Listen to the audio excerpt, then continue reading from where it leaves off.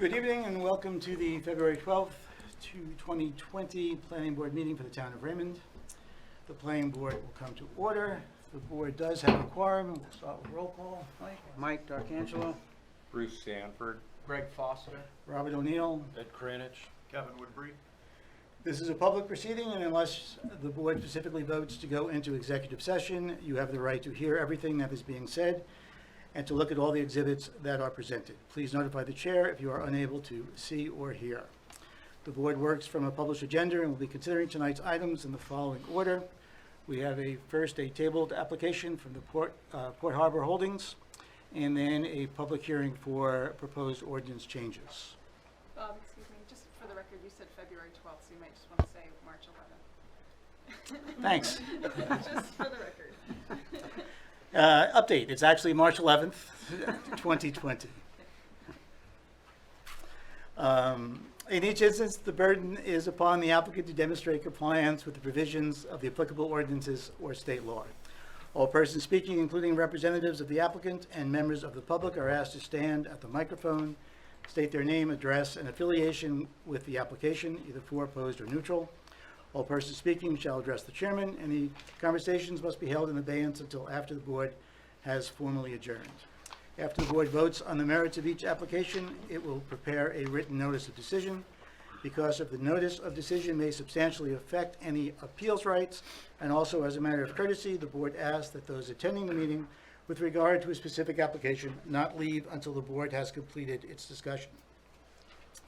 Appeals from adverse decision must be filed with the Superior Court or as otherwise provided by law within 45 days of this board's decision. Also, to be certain that you preserve your individual right to file any such appeal, you must be certain that the board's record evidences your appearance this evening in opposition and the basis of your opposition. Actually, our first order of business this evening is the minutes of February 12th.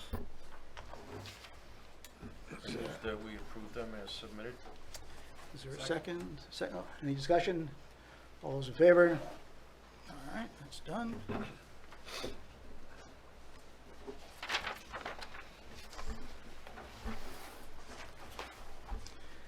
And our next is the old business, the Port Harbor Holdings application. We would first need a motion to remove it from the table. So moved. Second. Any discussion? All those in favor? All right, the application has been deemed complete at our last meeting and is moved from the table. Before we start the introduction of the project one more time, I know that there was some confusion on the addresses or that went out as notifications. So we're going to hold a modified public hearing to start with.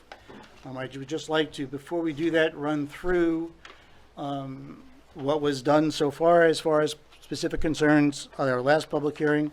The public hearing then would be open to anybody that did not have an opportunity to speak at the last one due to notification. And for the board, if I've missed any, if you would please add in here.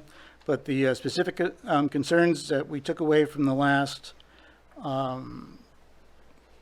public hearing was the impact to the beach area, the possible impact to wildlife on the Rocky Point, the view of what is being proposed from Indian Point, the possible impact to property value, possible impact to safety due to the proximity of the pier and the boats to the roped off beach area, the possible impact to water quality, and what the boat traffic pattern would be. Based on those comments, did I miss any that anybody feels we captured that? Based on those comments, we decided it would be prudent to go on to a site walk. The board conducted the site walk on February 22nd. All board members were present. We looked at the pier area that was identified by the applicant as to where it was proposed construction. We looked at the beach location with respect to the proposed piers, noted the wildlife areas that were addressed at the first public hearing, and also the proximity of the rocky outcrop that was also addressed as a specific concern. So that's where we stand. If there are any, I'll open the public comment at this point.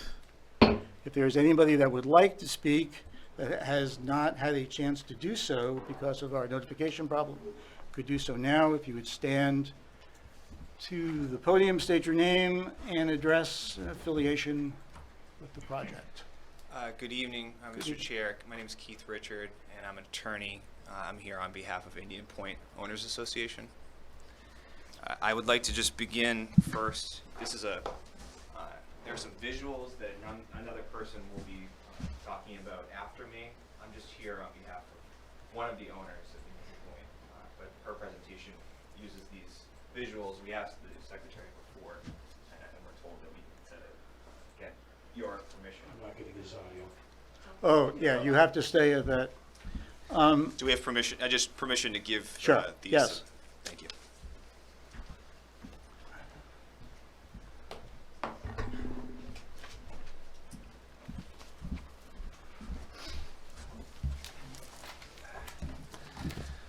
So as I said, my name is Keith Richard, and you folks have before you a proposal to install what is a very large docking system in a pretty tight and sensitive spot.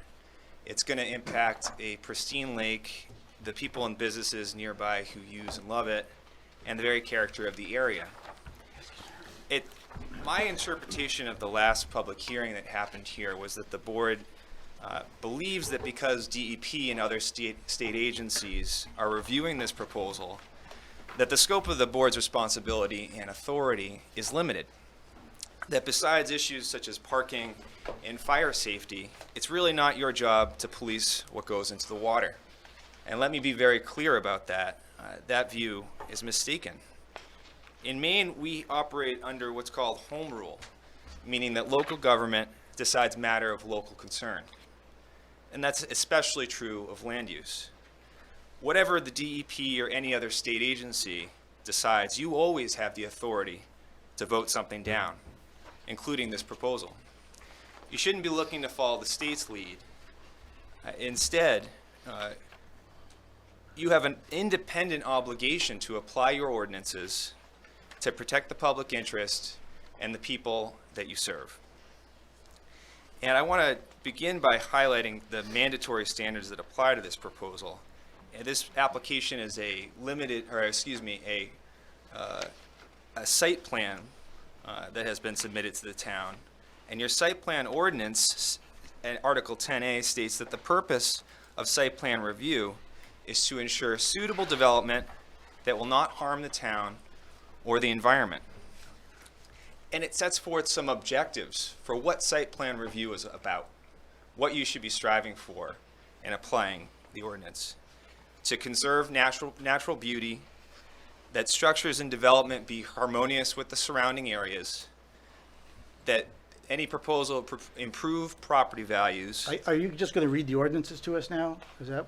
Mr. Chair, I've prepared a presentation, and I'd like to speak to the legal issues that this board is considering. Yeah, as long as you can do it in a rather succinct manner and not read us the ordinances, that would be Well, fine. well, respectfully, Mr. Chair, I'm not reading directly from the ordinances. All right, go ahead. Okay, thank you. And to protect the environment for the health and well-being of residents.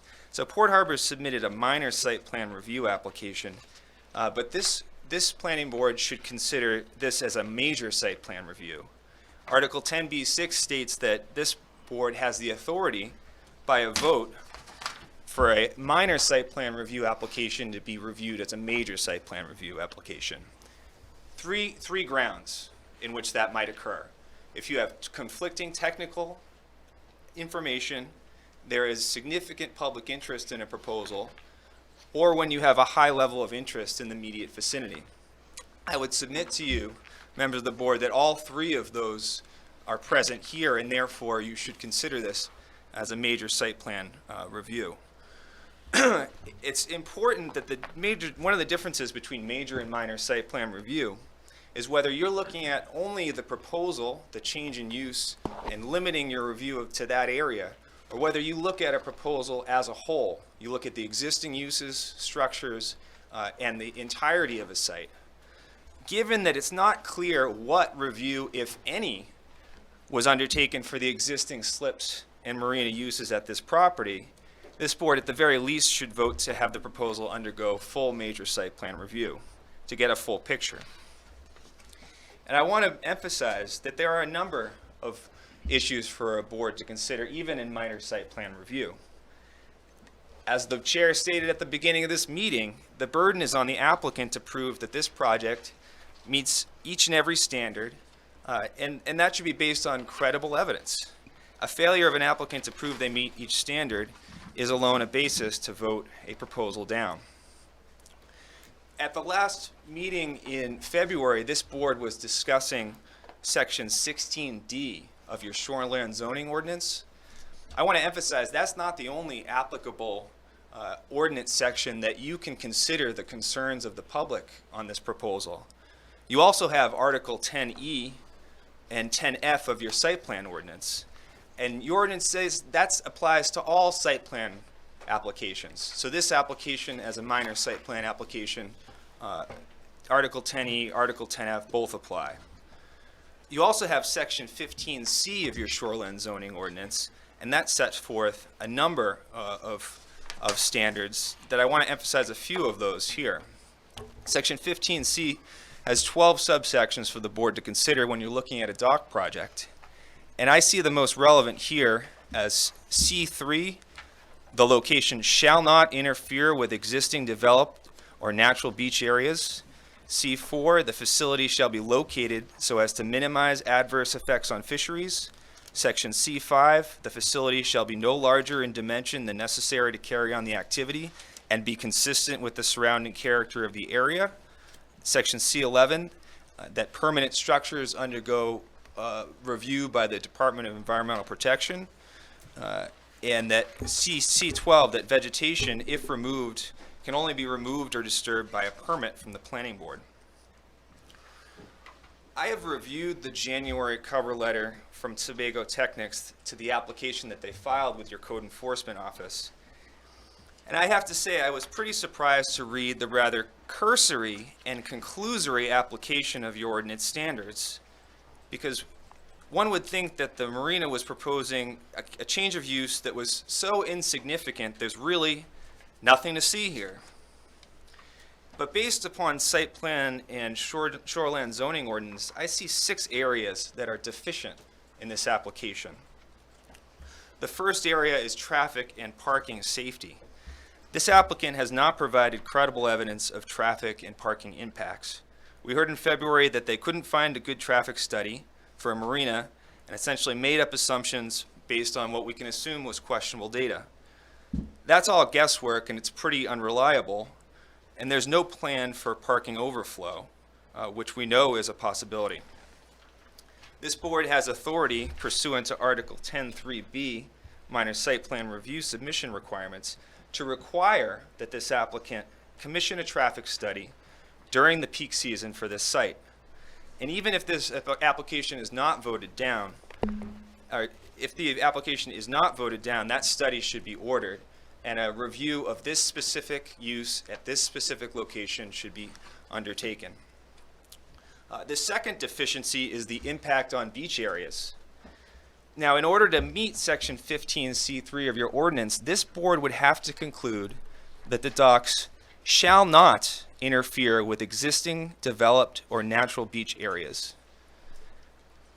The applicant's January letter addresses beaches and states, the location of the proposed dock expansion does not interfere with existing, developed, or natural beach areas. Members of the board, I would submit that is completely unsupported by the evidence. This proposal is directly on top of the beach situated at Indian Point. There's another beach at St. Ebos across the channel that would necessarily be affected by boat traffic. You also have another beach, the Raymond Town Beach, further north.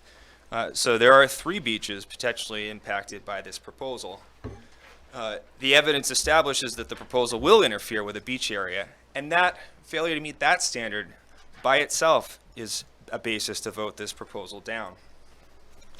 Third, the impact on health. You heard it from people, and you'll hear it again from the folks that live right down there on the top of this marina. They're in the best position to tell you what they've seen. And they've seen trash, they've seen fuel, waste, pollution, and those are all things that impact public health. The most credible people that can speak to what impact the boats down there have are the people who are right next door. Fourth, the impact on visual and scenic features.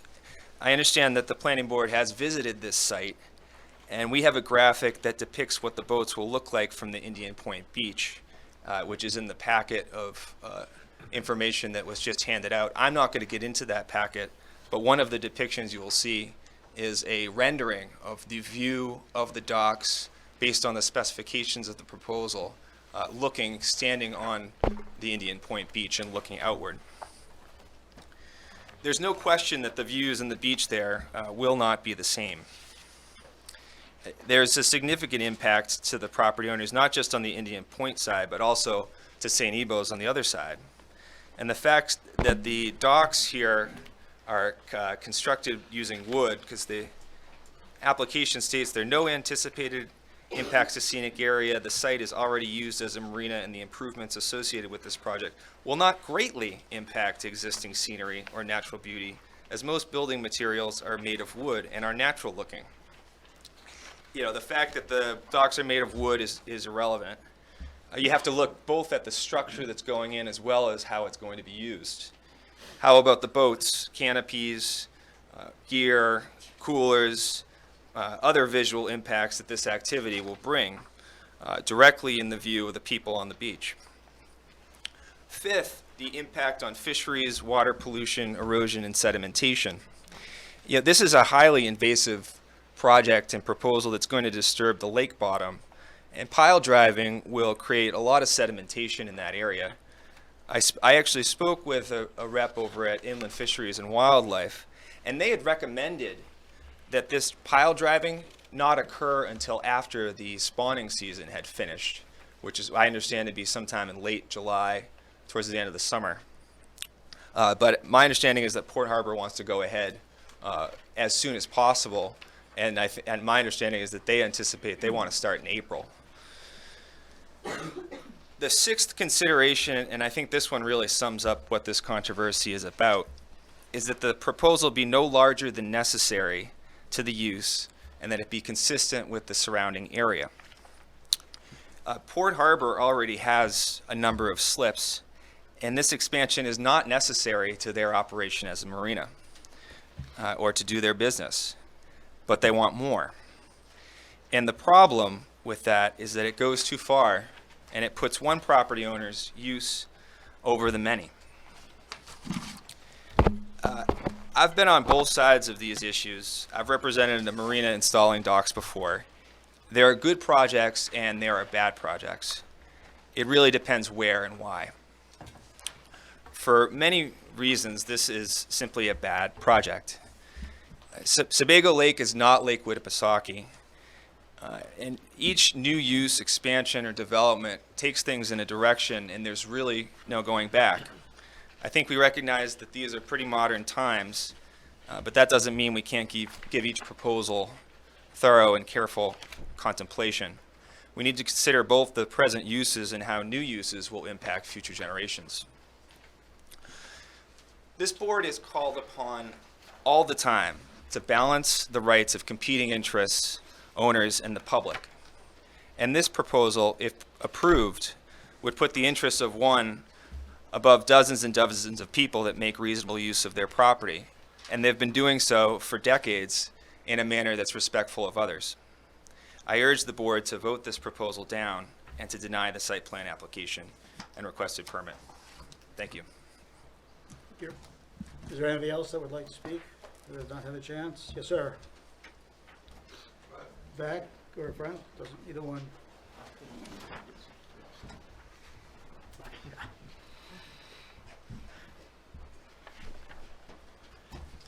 Hi, I'm John Salas. I'm 13 Flying Hallway, Indian Point. Hi, John.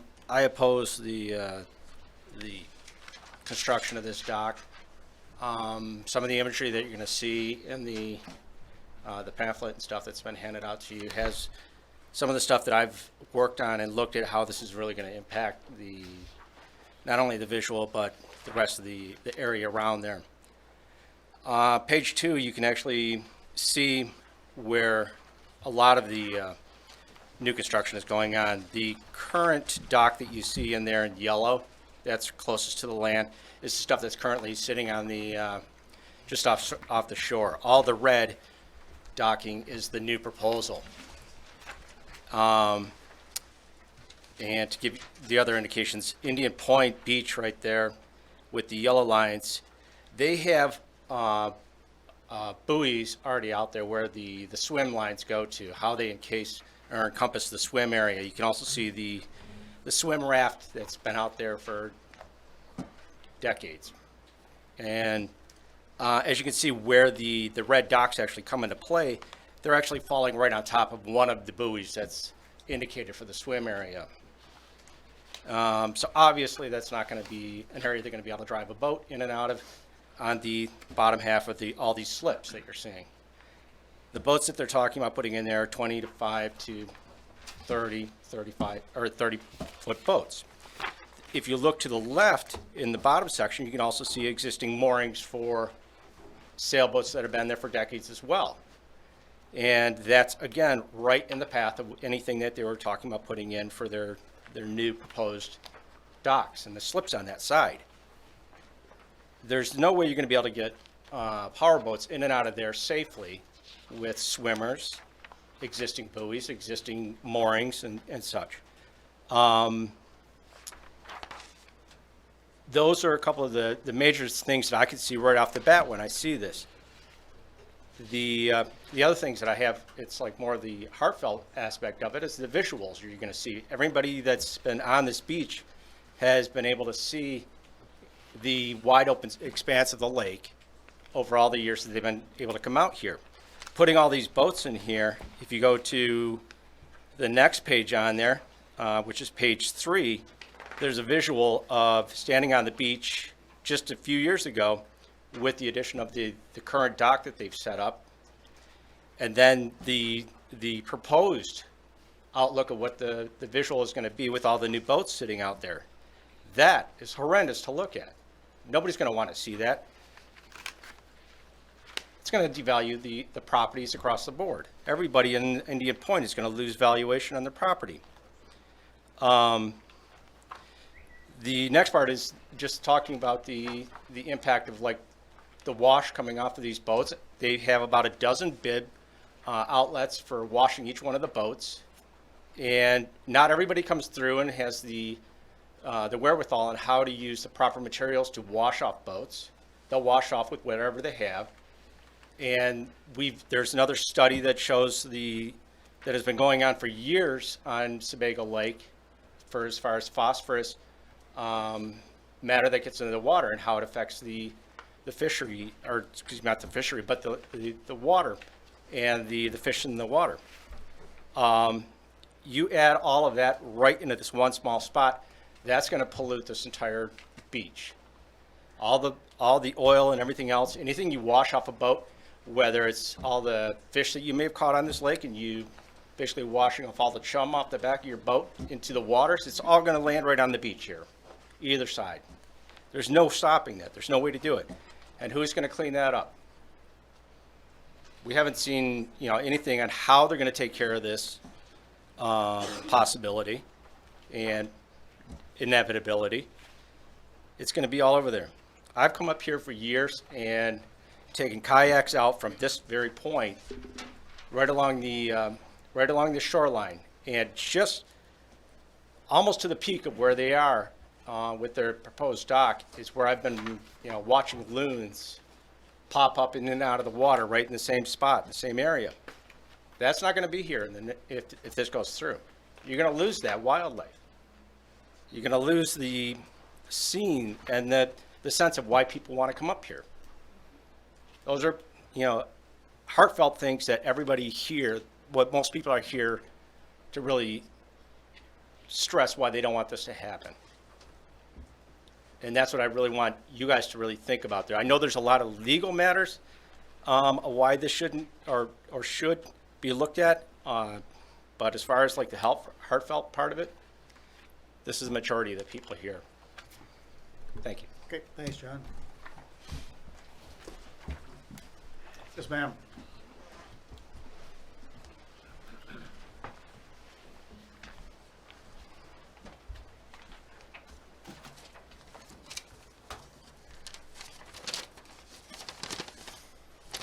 My name is Paul Cody, and I'm the president of St. Ebo's. Our property abuts Jordan Bay Marina and this project. First of all, I want to thank the Raymond Council for the opportunity to address you. St. Ebo's has the following concerns, some of which have been reviewed with the owners of Jordan Bay, and we look forward to working with them in the spirit of being good neighbors to both St. Ebo's and our beloved Big Sebago. Light pollution. We are concerned that having light fixtures on the new docks will be shining toward our property and illuminating those adjacent areas. Noise pollution. We are concerned that all these additional boats and owners will potentially make for very noisy evenings and nights. There's another marina where parties go well on into the night by the boat owners who utilize their docks. That is a concern for us. Environmental concerns. Additional boats and motors could definitely affect the quality of water adjacent to St. Ebo's North Beach, which directly abuts Jordan Bay. Wildlife could also be adversely affected, such as loons and fish. I'm not sure what the solution is, but these concerns should be addressed by this council as it considers what is best for our beautiful Big Sebago Lake. Thank you.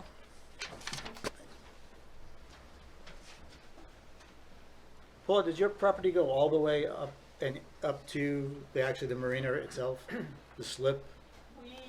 There is land between St. Ebo's and the channel. Land So we're between, not actually totally abutting there. okay, Well, but say, we do abut there. you right do away abut, their but land, there's property in the there's center. a strip of land there. Got it, thank you, Where the channel. right.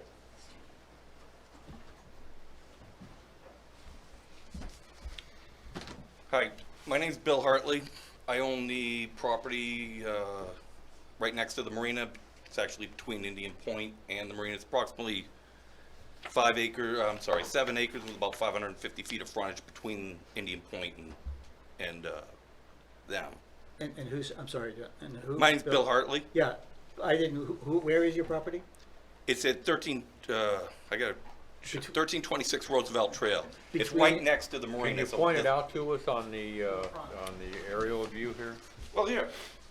Yeah, I brought pictures too. Oh, But I'll point it out to you. thanks, Bill. It's this U-shaped driveway right Yeah. here. Okay, but, And so basically, it goes down to this red line. I'm assuming that's what this all this Give him that area mic. is my property.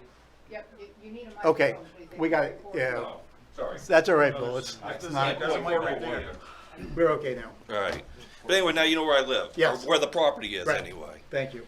I've lived there, or owned that property.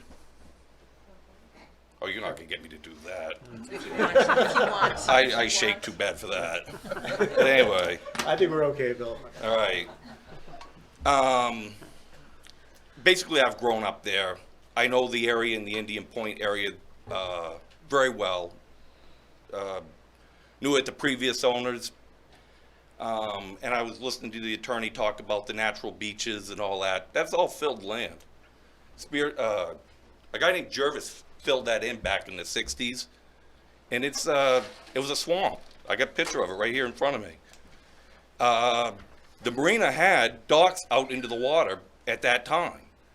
The town stopped this guy Jervis from filling that in, and all during the 70s, it was never allowed to be used. Indian Point Campground couldn't even put a tent out there. Now, sometime when I went into service, I came back, and all of a sudden there was all these houses out there. All right, stuff changes. I don't care. I mean, good. I'm glad these people found a nice little place that they can afford to have a nice on Sebago Lake. But my point is, the Port Harbor Marina employs a lot of people in the area. There was docks there prior to Indian Point condominiums or whatever they call themselves.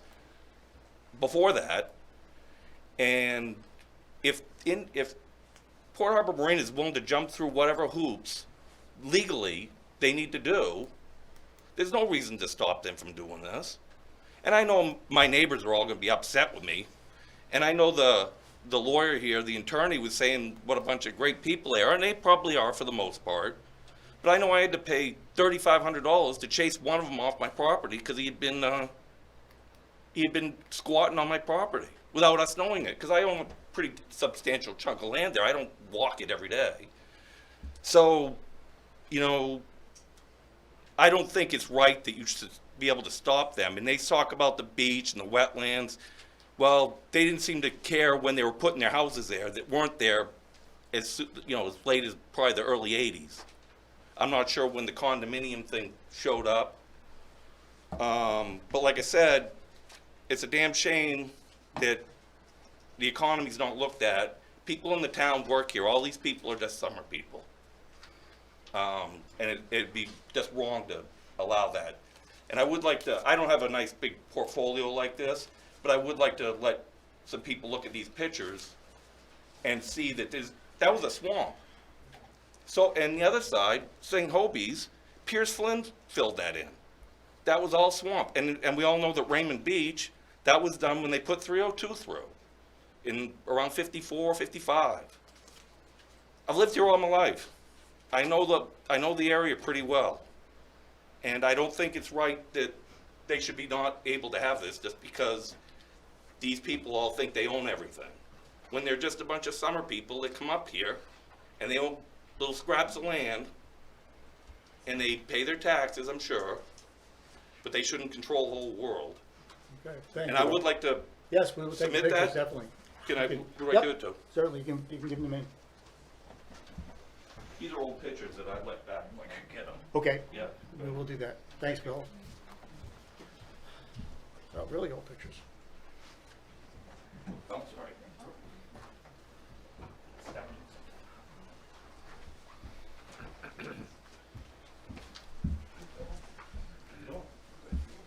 Hi, Allison Sarna, 13 Flying Hulls Way at Indian Point.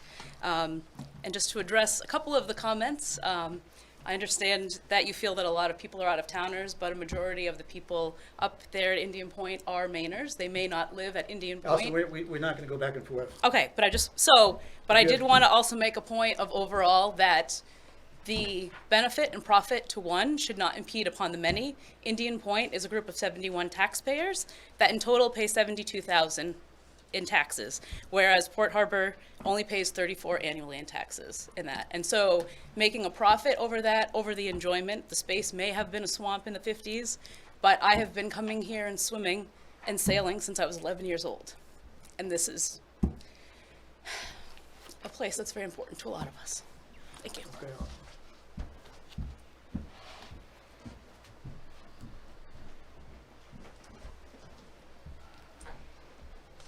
Hi, my name is Paul Del Nero. I'm at 13 Flying Hulls Way, and I've been looking over a lot of the things here. And one of the things that I see with this whole marina,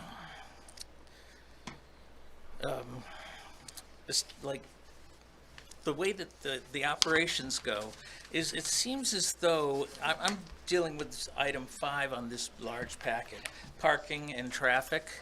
And it seems as though there's not much concern for how many vehicles really will or could possibly show up there. On page 9, there's a thing that says that in Port Harbor Marina's advertising, it lists over 700 boats stored on the property, quote, with room for more. That's a lot of boats. That's dry storage. But those boats can come out of dry storage, and people do drive in with their cars to use those boats.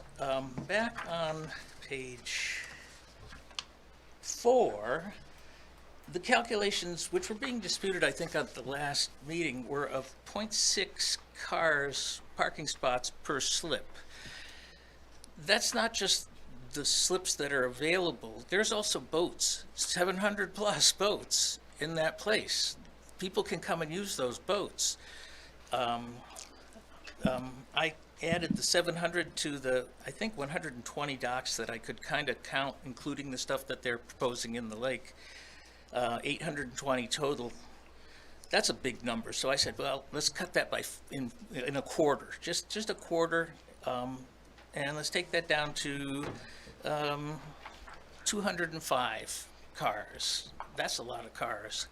And I wanted to point out that one more back to the page 2.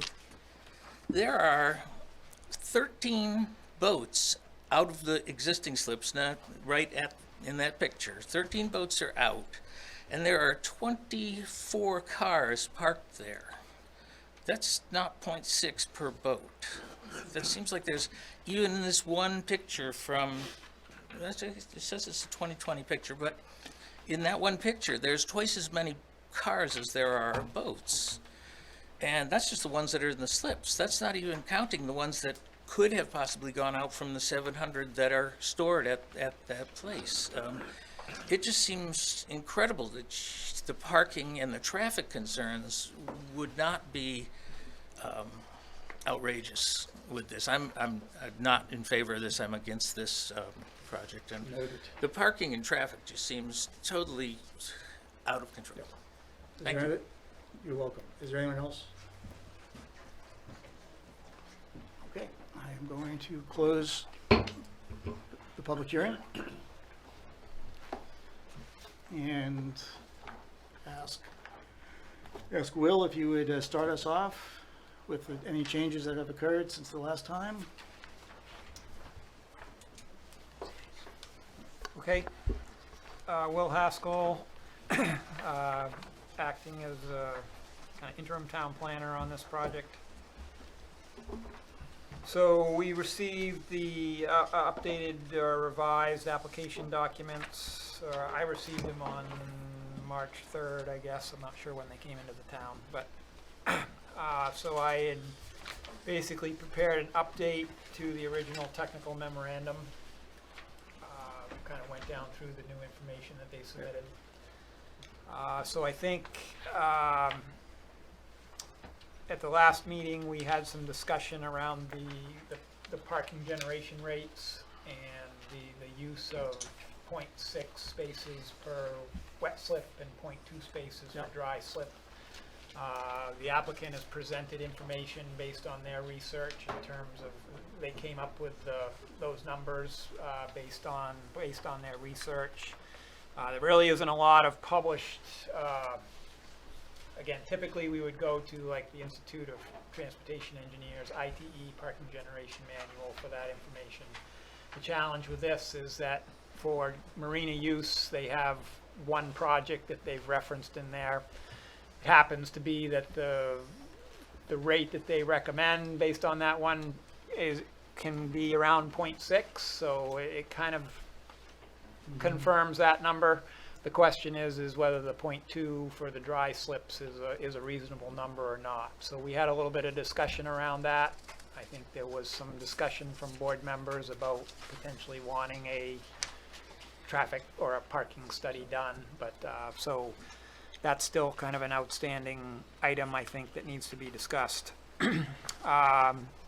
The new plan also updates the ADA parking spaces, so they've added 4 additional parking spaces for accessible use down the driveway along the docks. They have 1 other existing space up by the store, so that equals a total of 5, which based on their total number of parking spaces would be adequate. There was some discussion about the parking spaces and potential conflicts with boats being stored. And if you look at some of the aerial photos that are around, there's a fair number of boats that are stored in the area that they're proposing new parking spaces. The applicant has submitted information or a statement basically saying that a lot of their boats are stored on blocks rather than trailers, with basically saying that there aren't going to be a lot of trailers sitting in that area during the peak season when people would be parking there most likely. And then they also say that they lease property over in Casco where they can actually store trailers when they're not being used. So basically, again, my understanding from the last meeting was that the applicant indicated that all the boats and equipment in that area would not be stored there during the peak use of the boating season. They had updated their calculation, or the parking calculations from the first submission. There was some discrepancies in terms of number of slips and that type of thing, so they've got an updated parking calculation in there.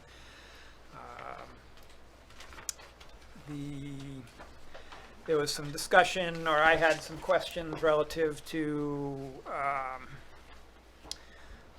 whether there was going to be some additional grading necessary for some of the new parking spaces.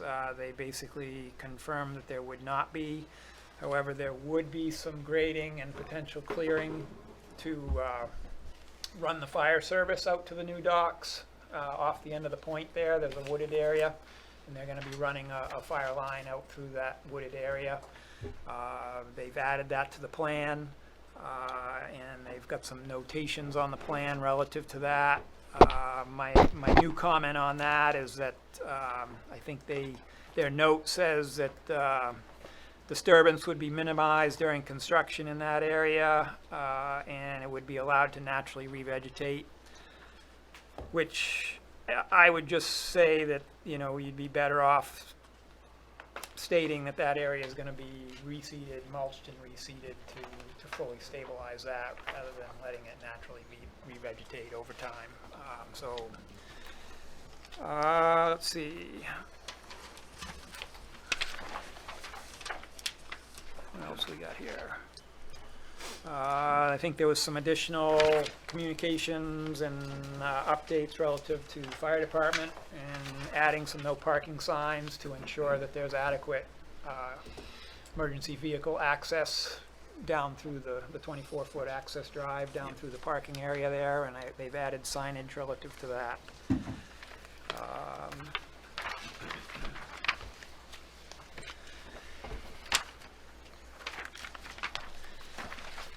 And then I think I've also provided some updates relative to the standards in section 16D of the shoreland zoning provisions. So they kind of went through each one of those provisions, and I basically just tried to summarize in my memo, which I'm assuming you all have, of what their comments are there relative to the what is it, 9 different standards there. So there are a few other comments at the end of their application document, just summarizing some other items that had come up at the last meeting and at the site walk. So they provided some narrative relative to visual impacts, and I think you'll see they've got some plans that they're going to present here tonight as well on that. They talked a little bit more about the concerns about overflow parking, noting that they've never had a problem with overflow parking out on Route 302, and reiterating that there isn't any kind of a public boat launch there, so it's a little bit different than, say, the public launch up the road, where sometimes there are cars that are parking out on the road there. So that all kind of ties back to that whole parking generation rate and that whole discussion. I think we still need to have some further discussion on. They reiterated that the DEP permitting that is, I believe, currently underway, that they've submitted a DEP Natural Resource Protection Act permit, and the other component is that a lot of this site is already permitted by DEP through a multi-sector general permit, which is specific to marina use. So a lot of the existing stormwater and everything from the existing site is all permitted underneath that multi-sector general permit through DEP. And they really, again, aren't really proposing any new land modifications. Again, they've got that small little trench area that they're gonna excavate for the new fire line, but they're not opening up new land, disturbing new land, or paving new land for the parking areas and that type of thing as part of this project. I think that is pretty much the summary of the updates that have happened since the last time. Well, does the parking ordinances that in the shoreline zoning, is that applicable in this case? That may be a town attorney question. My understanding on that is that it's a water-related use. The primary use is a marina, and that the parking associated with that water-dependent use is secondary to that primary use, and it's part of the marina project. And given that the marina is a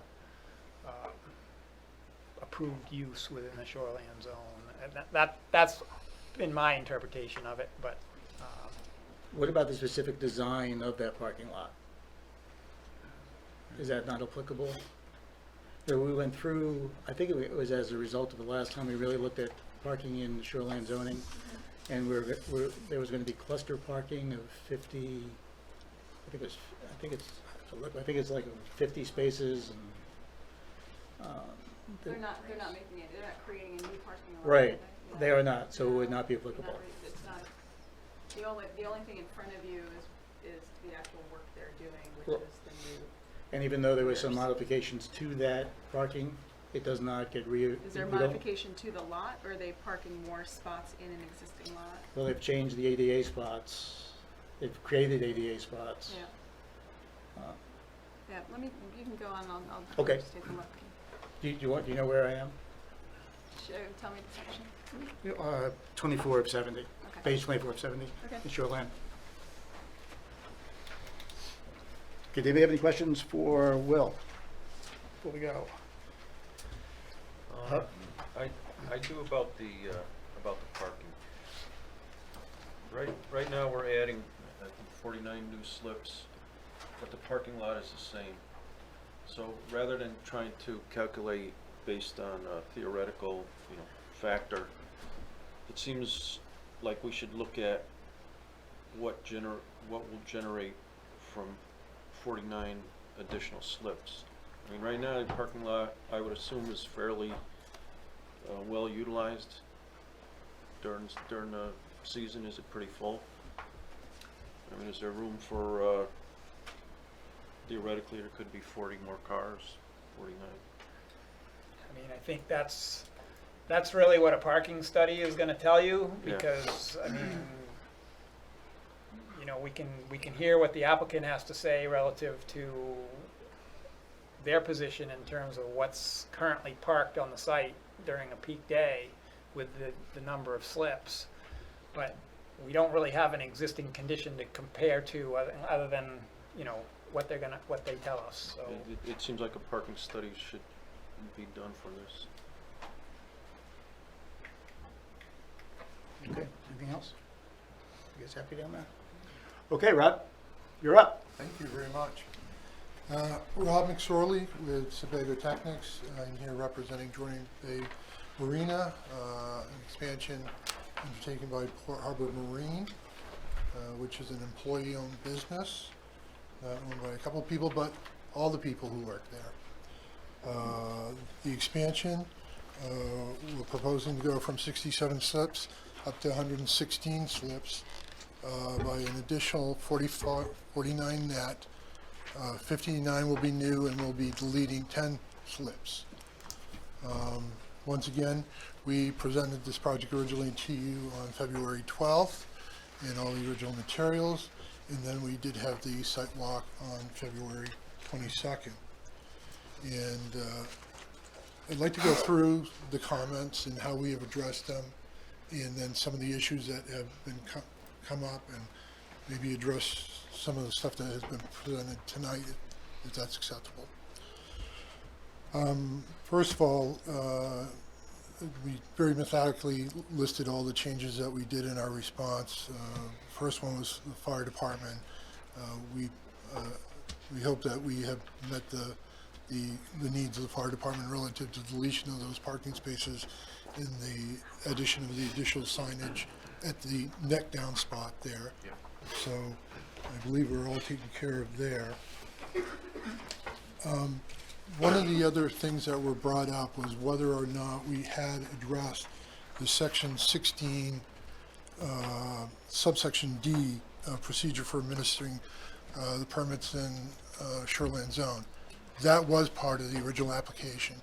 In fact, the site plan 10E and 10F and the applicable sections in the shoreline were all listed item by item on those applicable things and how we met them. So, but we did reiterate the 16D conditions, and I'm just going to breeze through a couple of those.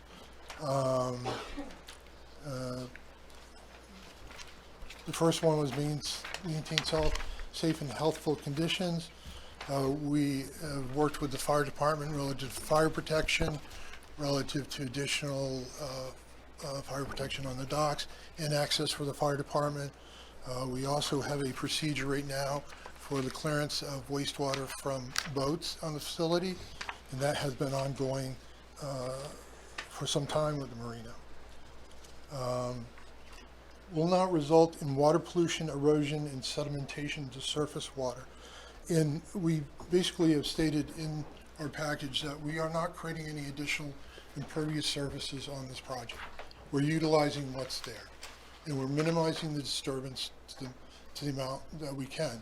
Really, the only disturbance landside is to provide for the additional fire protection that the town wants on the docks. Very minimal disturbance, and relative to the disturbance through the existing area for the fire line, we propose to do that between trees and not taking any trees down. And our plans is to put a conservation mix back there. And that's what we mean by a natural recruitment. Of course, seeding it with the natural mix and letting it take back over. Also relative to the pollution, erosion, sediment control, the marina is covered right now under multi-sector general permit. They have to apply usually on a 5-year basis relative to coverage under the multi-sector general permit. And what that curtails is a notice of intent to the DEP, but they also have to have a written plan relative to how to deal with things that cause pollution or could cause problems with the lake or whatnot. And they have hired St. Germain Collins to do that. And they have a current plan that's administered by St. Germain Collins. They come out quarterly to the site and inspect the site. Yearly, they do a more comprehensive review. And also, on top of that, they do training with the employees. And this is kind of, well, it's required, of course, because of the marina use, but there are other uses that aren't a marina per se, but have as many docks as our marina, but they do not have that oversight from the DEP. But that is part of how we meet the standard for water pollution, erosion, sediment control. It has also been mentioned that we will be disturbing the substrate for the bottom of the lake when we do the piling. That has been noted by IF&W, Inland Fisheries and Wildlife, and they have asked us to put floating turbidity barriers when we do that. And also that when we do that, if there are any fish within our confines, that we relocate them prior to doing any of the pile driving. So we're doing a little bit more extra as part of our MDEP approval. We adequately provide for the elimination of wastewater, as I stated above or before, there are a pump out procedure, and that's handled as part of the MSGP for emptying sewage from the boats that use the facility. Will not have an adverse impact on spawning grounds, fish, aquatic life, bird, and wildlife habitat. One of the key parts of our submission to MDEP is the overview or review by IF&W, the Inland Fish Wildlife Department of the state of Maine. And they have reviewed it, and they have commented on the project, and we are addressing those comments by the addition of floating turbidity barriers during the construction of the piles.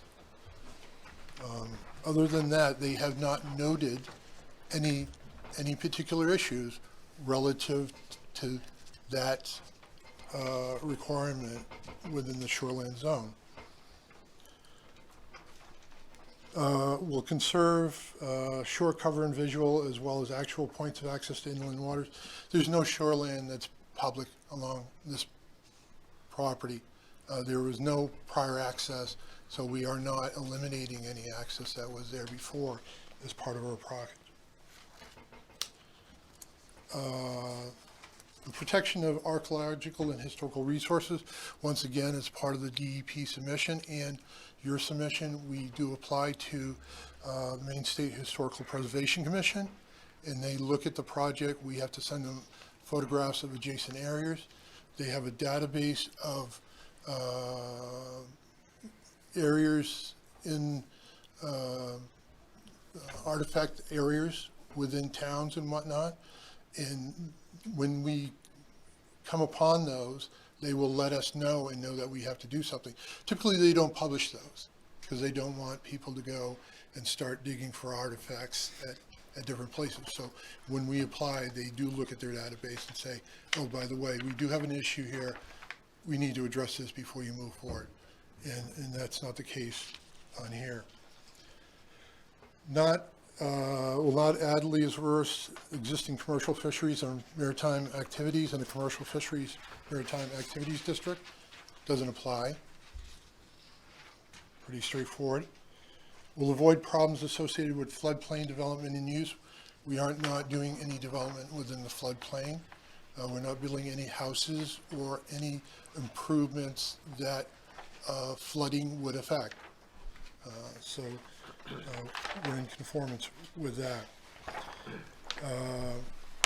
Relative to the Section 15 land use standards, once again, we went through those item by item in the original submission, and I believe Will had reviewed those, and I think we addressed all outstanding issues relative to that.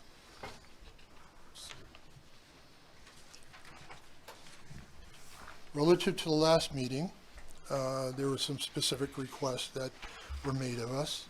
And the first one was for a typical section for the fire line installation and the placement of the erosion control measures for the fire line on the plans. And that has been added. Pretty straightforward on that. And then relative to, we needed to address the adjacent uses and concerns relative to visual impacts. And that was kind of the basis also for the site walk that we had on the 22nd. And what I'd like to do is go up to the board and. Rob, would you take the mic with you? He That's... should have the lavalier mic. Oh, you're wired, huh? I'm wired. All right.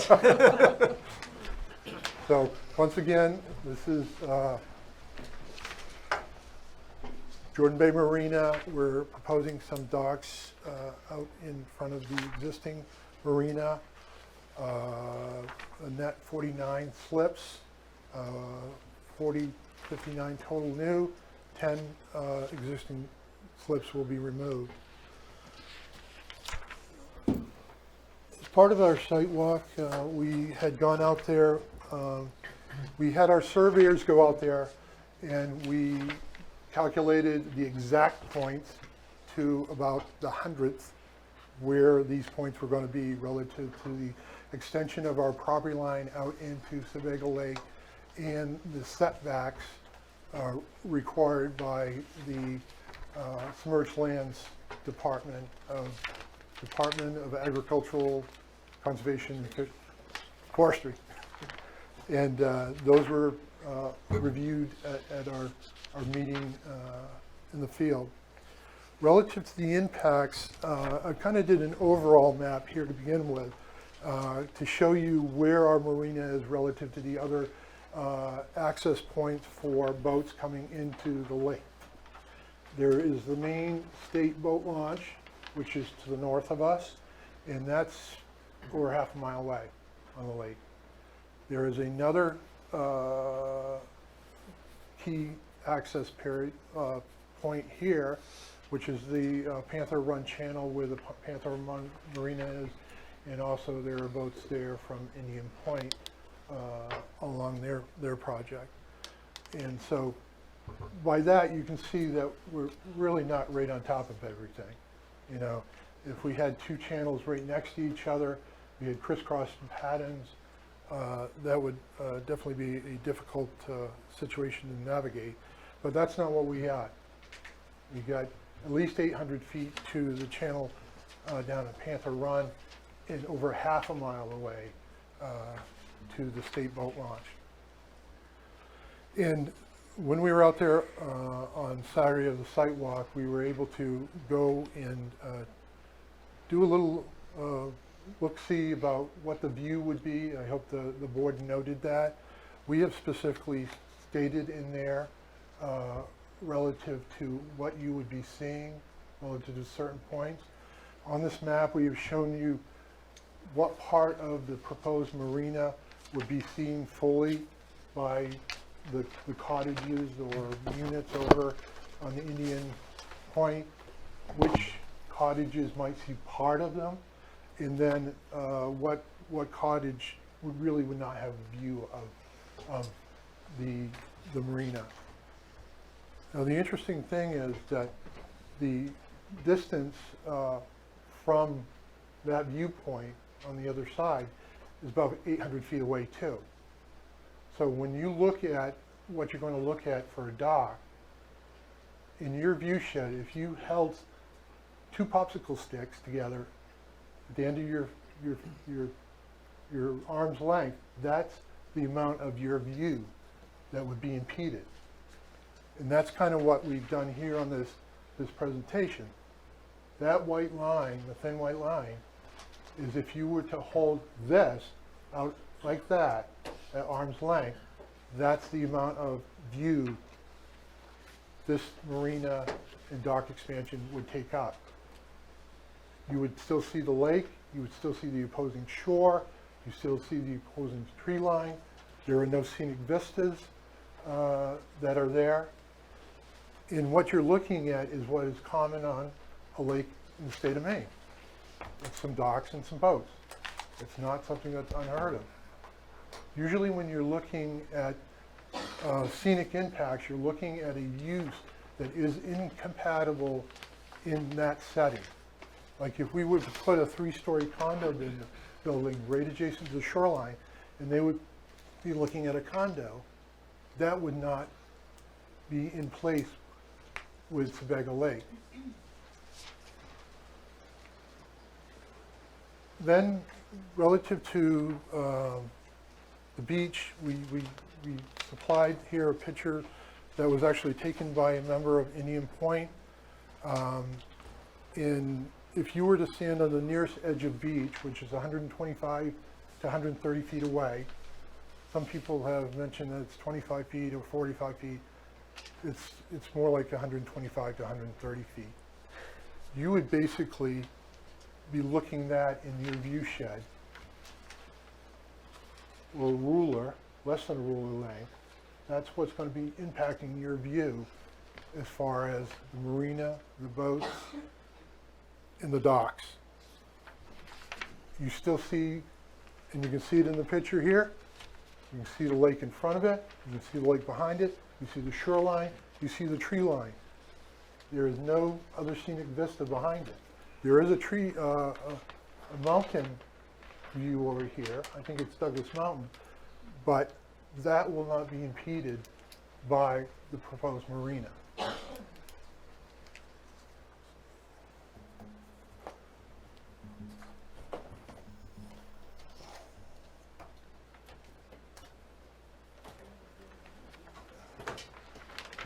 Once again, when we were out there, we had staked out a point on the property line opposite where we were going to do the docks and the two outside corner of the docks. And that was to give you a representation of where we were going to put the docks relative to the existing scene and whatnot there. What we show here is the requirements for submerged lands relative to the placement of structures. You have to be a minimum of 25 feet away from what's called the littoral sideline. The littoral area is the area in front of your property which is usable by you if you want to do a submerged land lease through the state of Maine for docks, wharfs, whatever. In those rules, they require you to maintain at least 25 feet off that littoral sideline. And what we have shown here is basically the extension of our property lines in showing the offset of those 25 feet and the fact that we will meet that setback. Just to note that not only do we need to meet that, but our abutters need to meet that. And the submerged land department defines structure as basically any buoy, any float, any mooring, any dock, any impediment to navigation, including rope lines. So that needs to be set back 25 feet from the littoral sideline for that property. And so we have indicated that line here on the Indian Point side. We did take from an aerial and kind of try to superimpose where we thought the dock had been at one time, the floating or float, and it is off the 25 feet. So that's not a problem with that. But it also applies to buoys, floats, rope lines, and any impediment to navigation.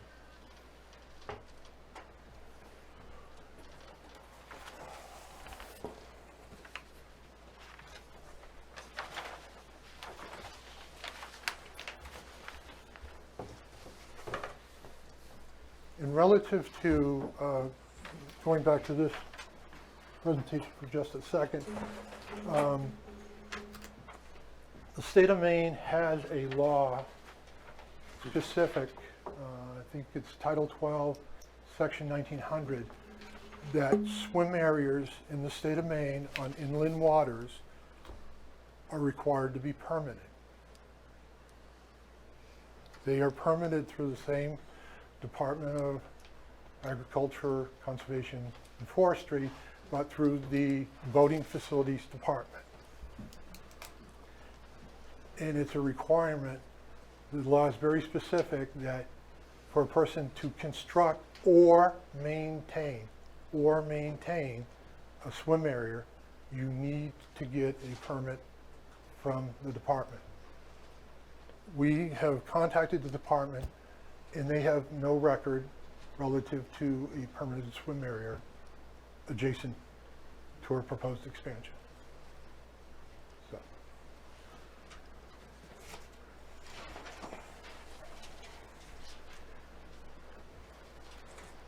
This last map, what we wanted to show you, typically when you're looking at rights in front of waterfront properties, there are several different methods that you go through to determine what your rights are and what your neighbor's rights are. We have highlighted 3 of them here. You know, the easiest one is called the extension method. Take your property line, extend it out in the water, and that's your littoral sideline. DCA F has another procedure which requires you to go from your one property corner to the next property corner, draw a line, from that line go perpendicular out for both properties. Then if they converge, there's one procedure. When they diverge, you basically split the middle of that divergence, and that is the littoral sideline. The third method that we put here is a similar method. It's called the colonial method. It's been around for a while, and it basically does the same thing, but it typically follows the shoreline instead of going directly from property corner to property corner. And if you look at the map that we provided, the red line here is the colonial method, where our littoral sideline would be. If you use the DCAF method, it would be the yellow line, which is what we would need if we got a submerged land lease for our docks. And what we're using is the green line, which is the most conservative of the three.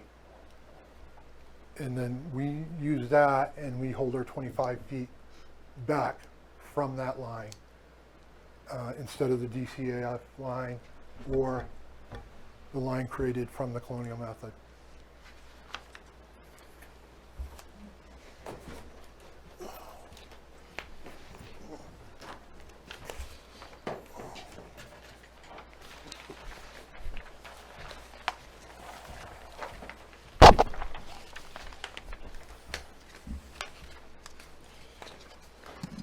So we believe that we pretty adequately addressed our surrounding neighborhood and what was in there. In the other comments that Will had discussed or alluded to, we had heard a comment that this expansion is going to result in the storage of trailers and vehicles out on 302. This isn't that type of facility. We don't have an access for individual people to bring their boats in. We do not have that type of use. Only people who have their boat at the marina, whether it's in a wet slip or on a dry slip, are who come to use the site. So we shouldn't have anybody parking out front. We never had a problem with that. We do note that there has been a problem up the street at the state boat launch, but there has not been one in front of our property. There was a comment that the proposed expansion will affect the channel markers out in front of the marina. Those channel markers were put in by the marina to make sure that boats didn't hit the rocks or ground out in that location. So it's not a state agency that put them in, it's the marina that took care of them.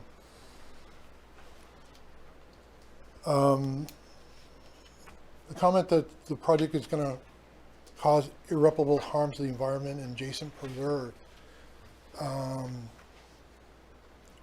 Once again, we covered under an MSGP permit. They have to go through quite a bit to make sure they maintain the site. And if there is spills or anything like that, they have things online, booms and whatnot, to take care of that.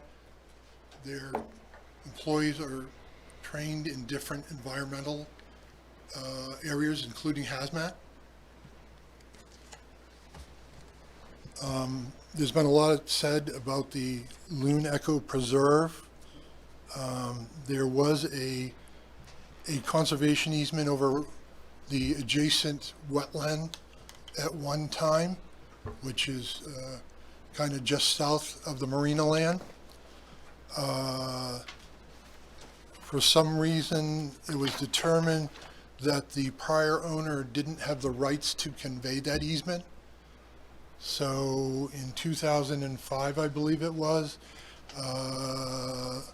the Loon Echo Preserve Group released its claim on it back to the homeowners association and said it's not ours and it's not a conservation easement. And there's no other conservation easement of record right now. And as far as we know, it's only a wetland. Notwithstanding, we're not doing anything in the wetland. We're not doing anything to impact the wetland. So there is no environmental impact from our project on that area. There's a question who polices the activities on the lake. Of course, the Main State Warden Service is a primary one. We believe there are other groups. The municipalities have rights and have, I think, navigation vehicles to go out on the lake and address issues and whatnot. And of course, Portland Water District is the overseer of the water quality of the lake. And they, of course, are reviewing or reviewed our project, as they do every planning board item within the lake region. And so that's the people who kind of oversee the jurisdiction of the lake. Once again, it was discussed that we have all the boat storage on the site, and there was a comment presented earlier that we have 700 boats stored on the site. I think that was kind of taken out of context from our website information.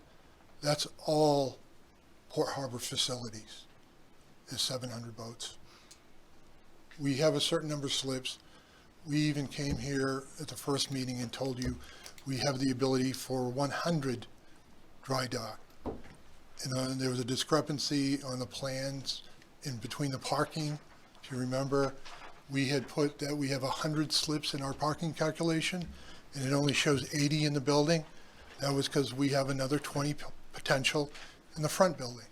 So we made sure that we took care of the parking required for all slips or uses on the site. And relative to that, in parking and how to address the parking, once again, ITE's parking study did not have a sufficient amount of information for this type of use. And that is typically who we go to. A lot of your municipal codes, whether it's your code or other planning codes, are typically drawn out of those and manipulated somewhat per the local feel of what a board may feel is adequate for their particular jurisdiction, looking at that overall. Once again, the IT did not have sufficient information, so we went to the experts. First of all, I talked to those guys, because they're going to run a marina and they're not going to want to deal with clients who can't park their cars and use their boats. People are paying a lot of money for that.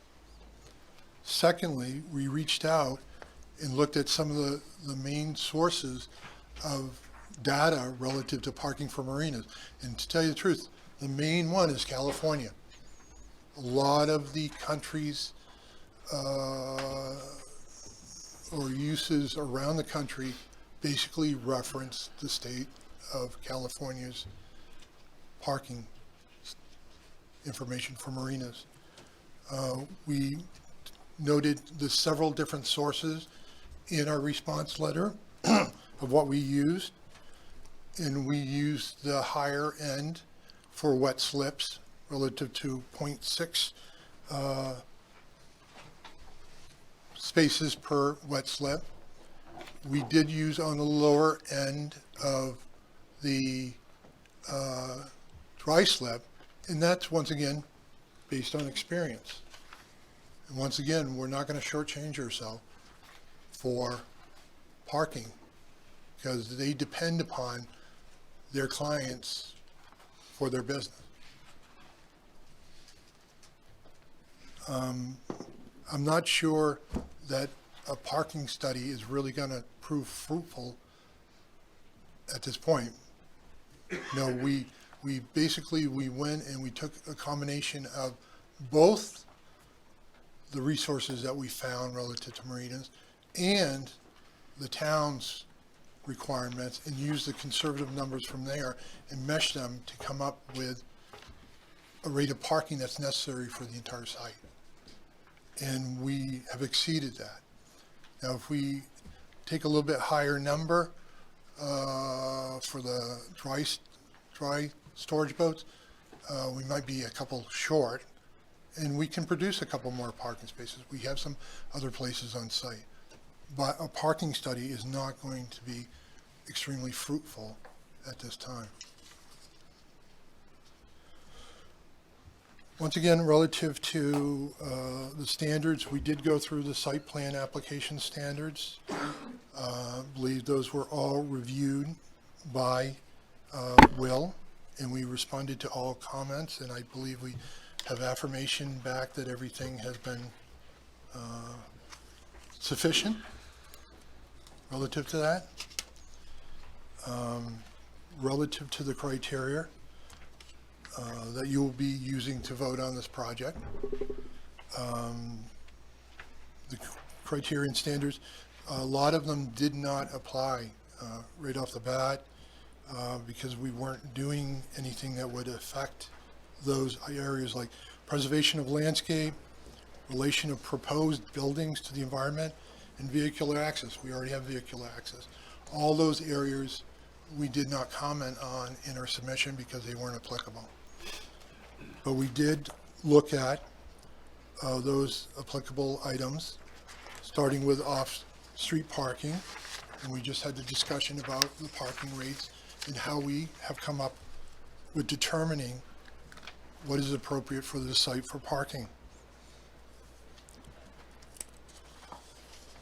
Relative to surface water drainage, once again, we're not changing the site. The site is as is. We also, once again, are covered under a MSGP permit, which requires us to monitor what potential pollutants can get into the lake. But there is no additional impervious areas that are causing or would cause a surface water drainage issue. Utilities, we showed as requested the existing utilities for the site on the plans. We will be once again installing some additional fire lines at the request of the town for the protection on the docks. We will be putting some photocell lights on the docks. I know that's a concern by the neighbor relative to the amount of lights and whatnot. They will be shining down in low voltage.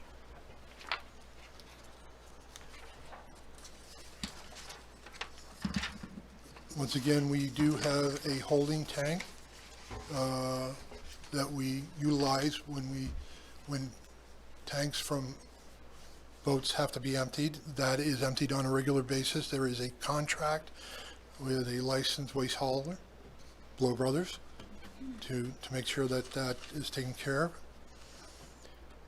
of. Relative to special features on the site, there are no special features proposed. There's no special equipment or anything proposed on site as part of the project, so that's really not applicable.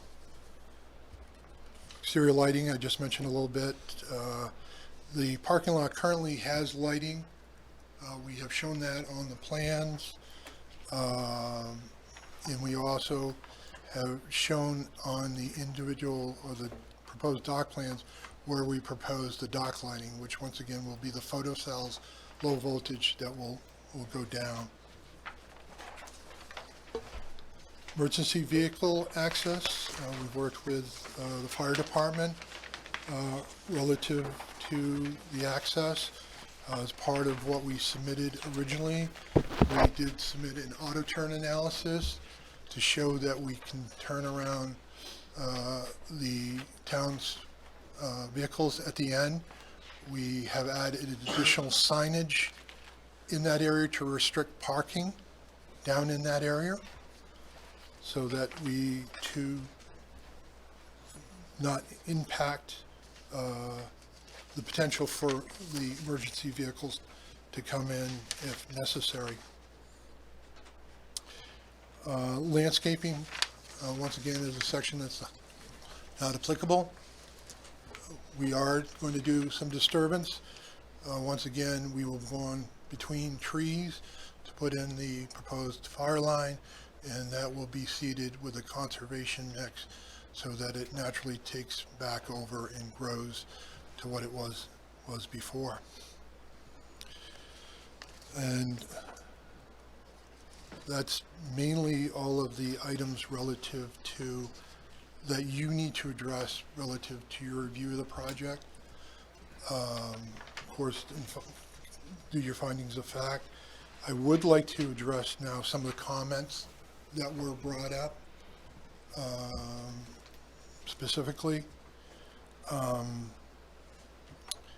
First of all, relative to traffic and parking, I think it was erroneously stated that we kind of fabricated a traffic numbers or whatnot, but it wasn't that. We didn't address traffic because 49 slips is really not going to produce a lot of more traffic on your road.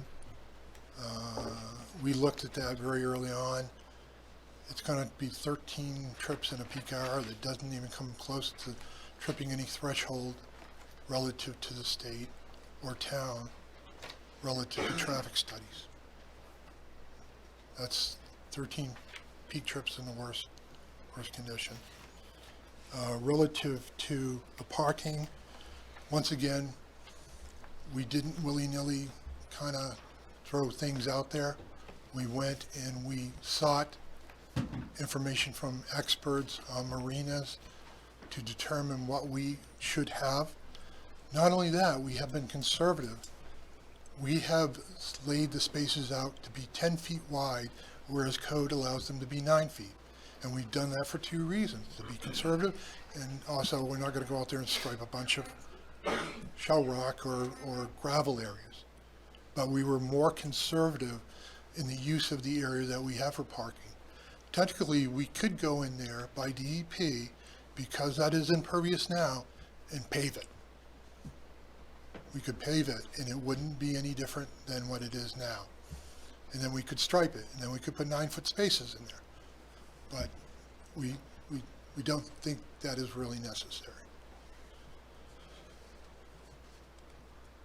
Relative to the impact of the beach area, once again, the planning board got to go out there and see the location of the beach relative to the docks.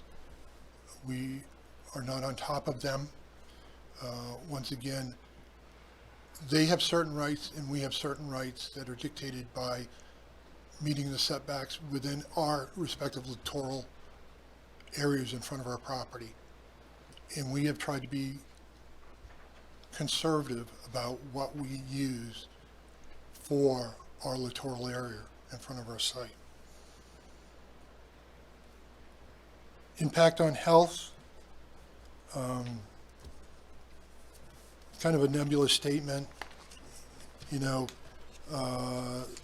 there could also be gas leaks from some other boats that are on docks on the other side of their property, being their own docks. The good thing is our property, we have to be aware of that and take care of that immediately, and we have to report that to DEP. I think it's a lot of conjecture to throw out a bunch of statements relative to, you know, there's going to be trash, there's going to be, I just don't think it's appropriate. You know, we have addressed what we needed to relative to health. We have boats that sometimes need to have their sewers pumped out. We have a facility for that.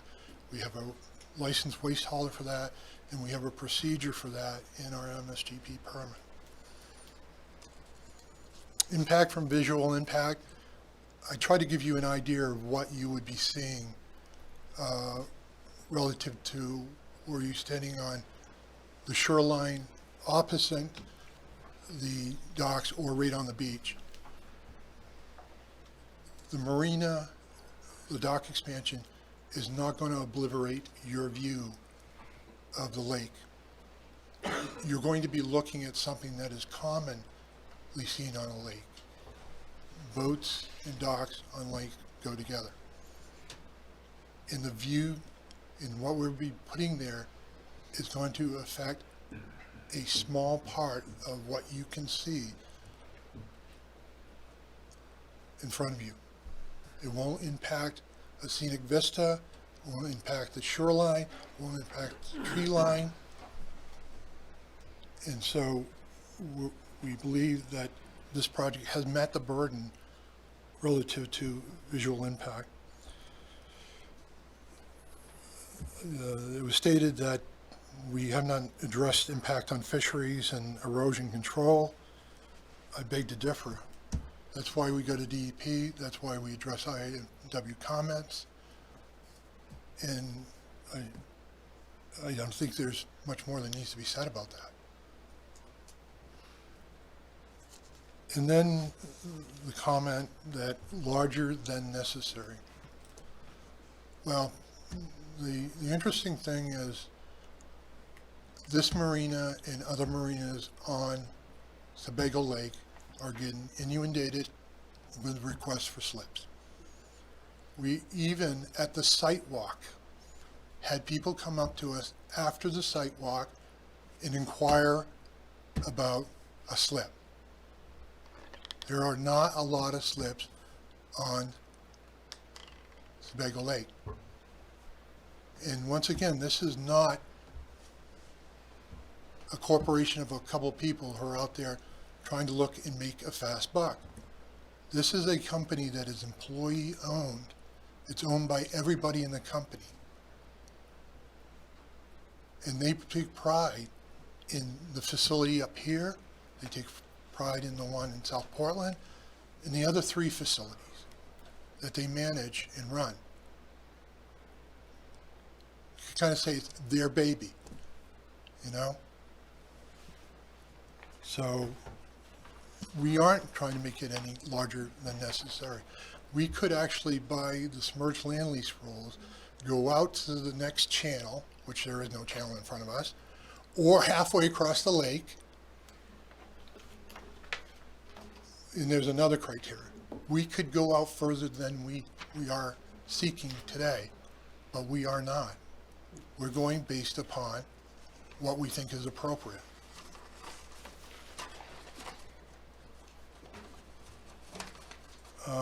There was a question or a comment that these slips were for 30-foot boats. Don't think so. I think they're going to be more towards the 20-foot size and not 30-foot boats. Maintenance. We have a full-time maintenance staff. As I said before, we are covered under MSGP. We have to go through training relative to pollution sources and whatnot. And we need to maintain the facility, and we have to have it inspected every quarter. And we have to do a yearly complete inspection. And not only that, the employees need to be trained, and all of that needs to be documented. And the marina has been doing that and been paying for that. We already addressed the comment relative to the 700 boats. There's not 700 boats here, once again. Parking versus the boats that are there. Once again, we have an agreement with a property owner in Casco to store trailers and boats from the site. Can I divulge who that is? It's actually the competitor, Panther Run. They lease land from them. So if they need to, when all the boats are put in the water, all the trailers are transported up to this parcel in Casco, which is owned by Panther Run.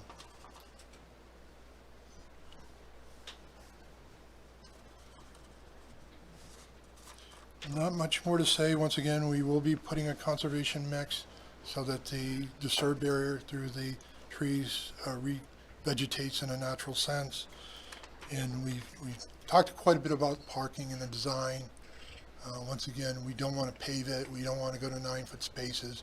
We go to 9-foot spaces and we probably have more than enough spaces. We're more than just this marina. And there was a comment also about we haven't provided for overflow parking. I don't know any planning codes that require you to meet overflow parking. There is a parking requirement. There's not a, you need to meet this, oh, by the way, you need to have 10% more in overflow. It's part of your ordinance that the required parking is submitted. And that's why when you go to the mall during the year, and not Christmas, see a lot of parking spaces. So with that, I'd be more than happy to answer any questions. Thanks, Rob. Rob, but just back to the lighting that you said, is there, on page 2 of your, are you showing lighting on every slip, or is that just? It's not every slip. It's just, it's between the slips. segmental along the dock. Okay, and they're downcast They're lights, down. so, Yeah, there's solar type lights that go down. okay. Yeah. All righty, thank you.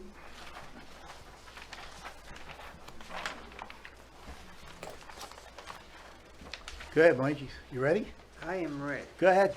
Mr. Chairman, may I just, with the applicant as well. My name is Leah Breach, and I'm an attorney for the applicant, and I just had a couple of brief procedural questions or submissions, if I might. Okay? Okay, thank you. The first point is that I noticed that there was a submission provided to you, multi-pages, diagrams, et cetera, and I think it was from perhaps the association. We have not seen that, and we certainly don't want to spill any more ink that's unnecessary, but just would like to, A, have a copy, and B, have the opportunity to respond if anything new that Certainly, we you can haven't. certainly have a copy. Okay. In fact, there's probably some extra. Thank you. I also heard a comment asking to convert this thank you so much, asking to convert the application from a minor to a major site plan review, and we would submit that that's not necessary. In fact, and I think we've heard a theme this evening about conservatism and going beyond. In fact, arguably, under your own site plan review standards, that we don't have to be here in the sense that it clearly talks about how staff site plan review, minor site plan review, applies to only new buildings. And I'm using finger quotes here because building is a defined term, and it talks about any structure having a roof supported by columns or walls. Clearly that's not this, but yet the applicant, Port Harbor, they want to be here, they want to do what's right, and that's why we're here. Again, abundance of caution. The criteria under section 15C, which I believe is called the docks, wharves, piers, that provision, and you may ask your able town attorney to weigh in on this, but we would submit, again, we looked at those criteria, we gave you evidence to suggest that they are in fact met, but arguably they are not even applicable here, because under your land use table, you've got a specific criteria, land use called marina, and you have another called docks, where, wharves. And so clearly, if we look at what is being proposed here, this isn't a dock, this is a marina. A dock is a part of a marina, but so we would suggest to you that 15C is not applicable. In any event, we've met all of those criteria. And one other comment, I heard comment that, there was a compare and contrast about how much tax revenue is generated by the respective uses. I know this board knows well that that is an impermissible consideration, and the only proper things are the criteria under the ordinance. And we would submit that we have more than met those, and we thank you for your time. 3 attorneys, I think this is a record. Mr. O'Neill, I forgot to divulge one thing. There was an email sent to Scott earlier today from the DEP to give an update. If I could read it in the record. To whom it may concern, I am the DEP project manager for Port Harbor Marine Expansion in the town of Raymond. I was told that there is a town meeting this evening where the project will be discussed. I thought it might be helpful to know where the DEP is at in our review process. At this point, the review from other agencies like MDIFW, Maine Department of Inland Fisheries, Army Corps, and BLP are complete. Therefore, I am working on writing up a licensing decision. The statutory deadline for the department to make a decision is April 13th. However, we hope to have a licensing decision before then. If you have any further questions regarding this information, please let me know. Thanks, Rob.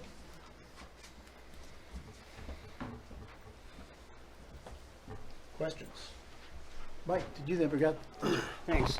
First, I want to acknowledge the heartfelt concerns many landowners have, as well as the rather in-depth, I think, presentation that's been given on behalf of the marina.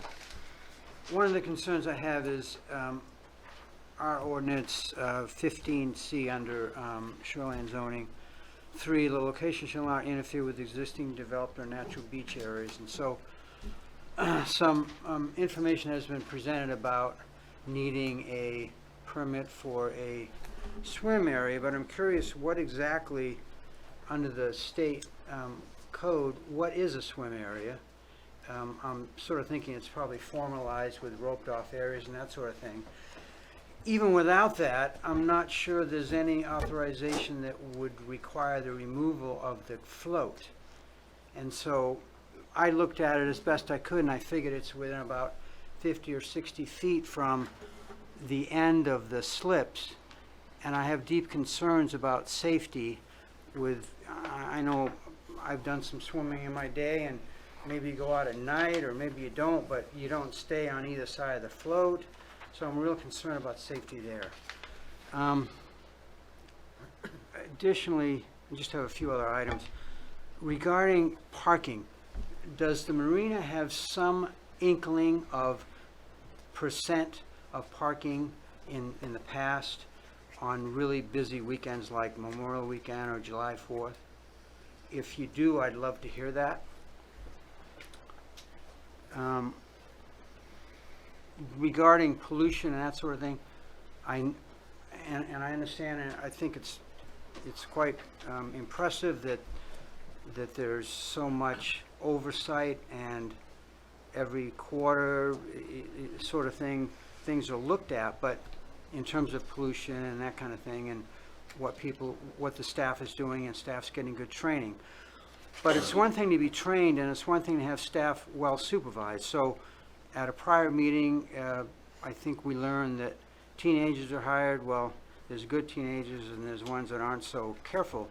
So I would be concerned about supervision of things like gas fill-ups and also the sewage disposal from boats, because that can go badly really quickly. And I think at this point, that's all I have. Bob? Good, Jude. Okay, I've got a boatload of things here. Did you mean that? Some of them mirror things that Mike said. Some of them are my own. First of all, I'm going to slap a wrist on both sides of the audience out here. There was an imputation made in this presentation here that Sebago Engineering might be trying to load the dice to get a favorable opinion for the owner by somehow using their connections with the town engineer and any professional associations on that side of the fence to kind of, do something that might be less than professional. And I take exception to that. I am a construction professional. I've dealt with Sebago Technics in my business for a quarter century, and I have never found them to be anything other than engineering, professionally correct and above board in the way they do business. That said, I think that with the town engineer being an employee of Sebago, and if the marina folks must have known that this is going to be a contentious issue, to hire Sebago Technics in the first place might have been something that in hindsight wasn't the best decision given the contentious nature and the appearance of a possible impropriety. I also think that for Sebago to use a wildlife scientist on their own staff right down the hall to issue an opinion that's contained in their application about impact to wildlife in the area might have been, in hindsight, better to use somebody outside the company to render that opinion. So I'm going to slap wrists on both sides on that. I was not aware until I looked at the second photograph in this, that the historical usage of Indian Point Beach swimming area was obviously at such cross purposes with where the literal line is of the marina's extension of the landside property line out into the water. I think that the Indian Point Beach folks have kind of shot themselves in the foot if there is a state requirement that you have a submitted and approved plan for a swimming area with the state, which must have, if you have that, it would also include, I think, the buoy lines shown on the water to show the definition of the area. You'd have a much stronger case to say, well, we have historical precedents here that may have a legal stance over the extension of the marina's literal property line into the water. I don't know what the legal answer is to that, if there's precedence that supports either case in case law. That's not mine to say, but it's obvious just from looking at this photograph that these two sides, the literal line and the historical Indian Point Beach swim area buoy line, aren't going to work together. Every community and every society on earth is run by some local interpretation of the golden rule, which is, I guess, could otherwise be stated as your right stop where the other fellow's nose begins. And I think that both sides seem to have lost that understanding a little bit here. I had my own idea before I came to the meeting tonight of, gee, what if the marina could create a buoy line that floated several feet above the water along their literal property line to create a channel whereby boats leaving the slip had to turn 90 degrees and head out into the middle of the lake in open water and had to return to the slip to the slips in the same direction. And if Indian Point Beach could be constrained to redraw their buoy lines so that their buoy lines coincided with the literal property line of the marina, that maybe that would be a way of getting both sides into more common agreement. But according to what the engineer has submitted, you can't actually create a buoy line on top of the literal line because that flies in the face of creating a structure within the 25-foot setback. So that idea that I had in my head probably is not workable. Looking at the overlap of the historical Indian Point Beach swimming area and the literal line and where these docks are, personally, I don't see any possible way, if there is no definition of a floating buoy line along the top of the literal line, to force boats to turn 90 degrees and go out into open water. I don't see any way on God's green earth that people aren't going to be doing 20, 30, 40, 50 miles an hour right across the face of the beach to get into their parking area on the slip. It just doesn't seem to me to be workable from a public safety point of view. As far as the traffic issue out on 302, the engineer has said that, hey, there's no problem. We have folks from the Indian Point Beach that say, yeah, there is. I think until a traffic study establishes where the overflow is, when it happens, where the people who park out on 302 that are creating the overflow, where do they go? Are they going to the state beach? Are they turning around and going down into the marina? Until we have that answer, all we have is statements from both sides that are at cross purposes without a professional way of ascertaining what the truth is.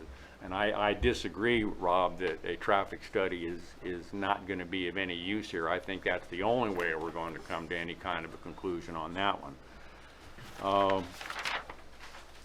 As far as pollution, Mike has already talked about that. The state-approved plan is great, the quarterly inspections are great, the annual review is great, the employee training is great. But if the employees aren't constantly monitoring the folks who use the slips out on the water and making sure that they are acting in confluence with the dictates of the safety program, the safety program isn't going to be worth a lot out on the end of the water out there. That's a concern of mine, and that's something that I think for the marina's own management, proper management of the situation, that they would want to be astute about that and have some kind of a plan to police the people out on the water and make sure that they're acting in concert with the state-approved plan that you're supposed to be abiding by. I understand, Rob, your statements about holding a ruler up or holding a popsicle up and saying that's how much that's going to impinge your view of the water. With all due respect, I think the photograph on page 3 of this presentation that shows the before and after view of what it's going to look like from the beach is a much more reality-based view of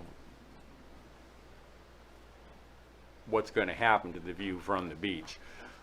What that may be neither here nor there. If you have the right to develop it on your side of the littoral line, but again, the public safety of the boats zooming in and out straight out of their slips across the face of the beach, to me, just it does not seem to be a good situation. And it's quite clear that even if you have the right to build the marina on your side of the littoral line over there, that it is going to have a major impact on the view of the beach, and I think it's going to have a major impact on the public safety of the beach. I think that pretty much touches what I wanted to throw out there. Oh, gosh, what do I say after that? I don't have a whole lot to say. I think the applicant has covered the bases as he's supposed to. I think he's pretty much within the frame of the rules that he has to follow. I do have a little concern about the existing beach and the boat traffic. It is tight quarters there, and there is an issue there. I don't know how we address that or if we even have that authority. I think that's about all I have to say.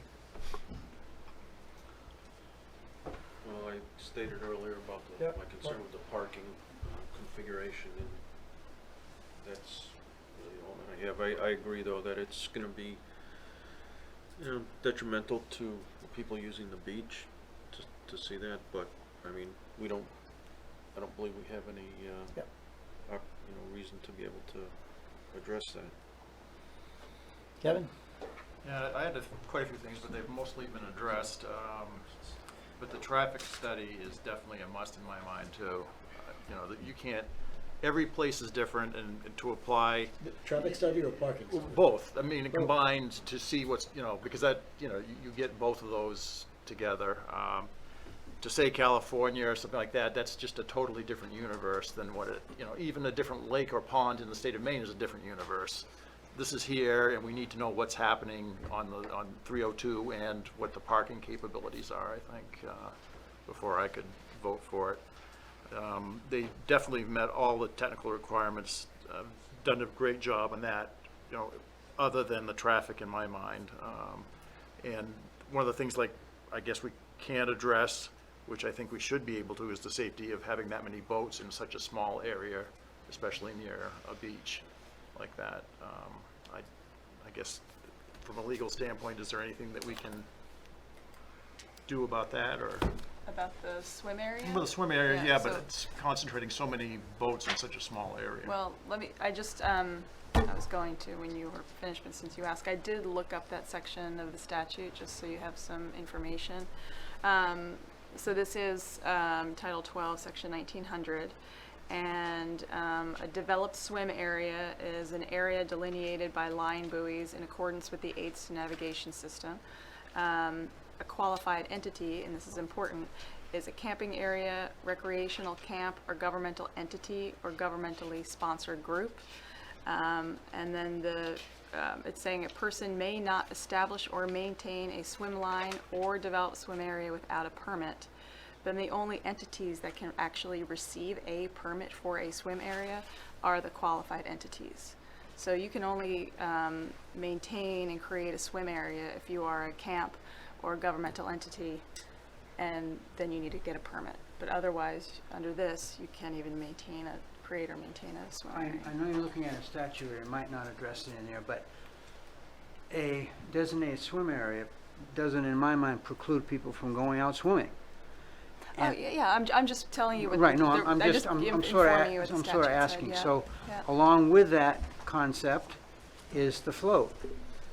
Is there any language in there that would preclude someone from putting a float out there? I don't believe there is, but I don't know. Nope, there's nothing in, because this wouldn't apply to floats. There are other provisions that apply to permitting floats, just like getting a mooring permit or a float permit Thanks. and location of that. Of course, the question I had there is even if you can put a float, do you have a right to put a float over a literal property line of an abutter? Because you're taking part of their usable water line based upon their literal line. So they haven't done themselves any favors by that.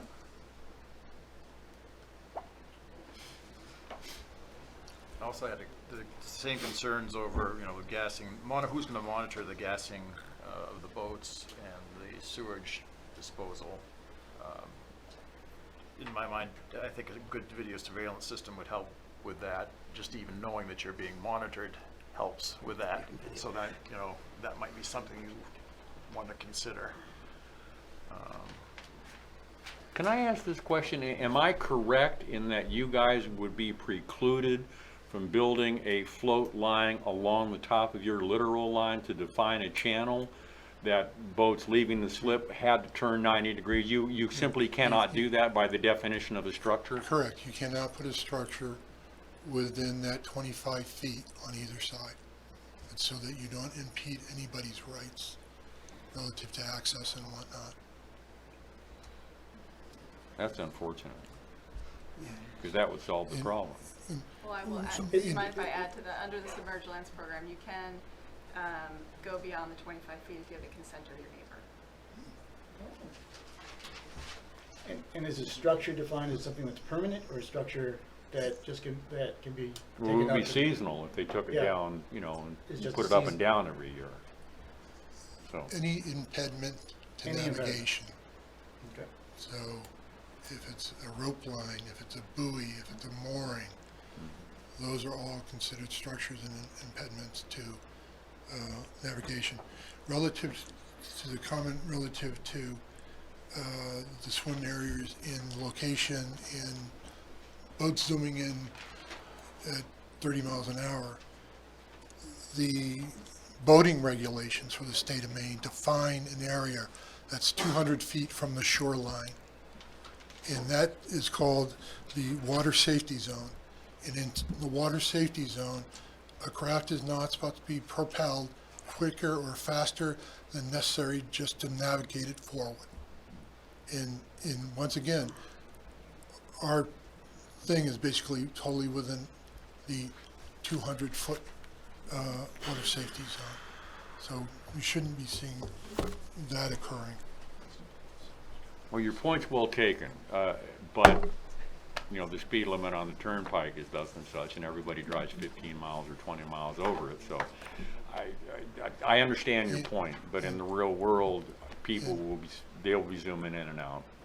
And also, I think we noted in our presentation or the resubmittal back that the swim area for the state swim area up near the boat launch area is 25 feet away, 40 feet away. And you have that similar situation there. So, you have to assume that people are coming in at a safe speed at that location, I would assume. I haven't heard of any issues occurring I've seen how people drive on the lakes around. relatively recently. Also had just a personal comment on the view not being obstructed,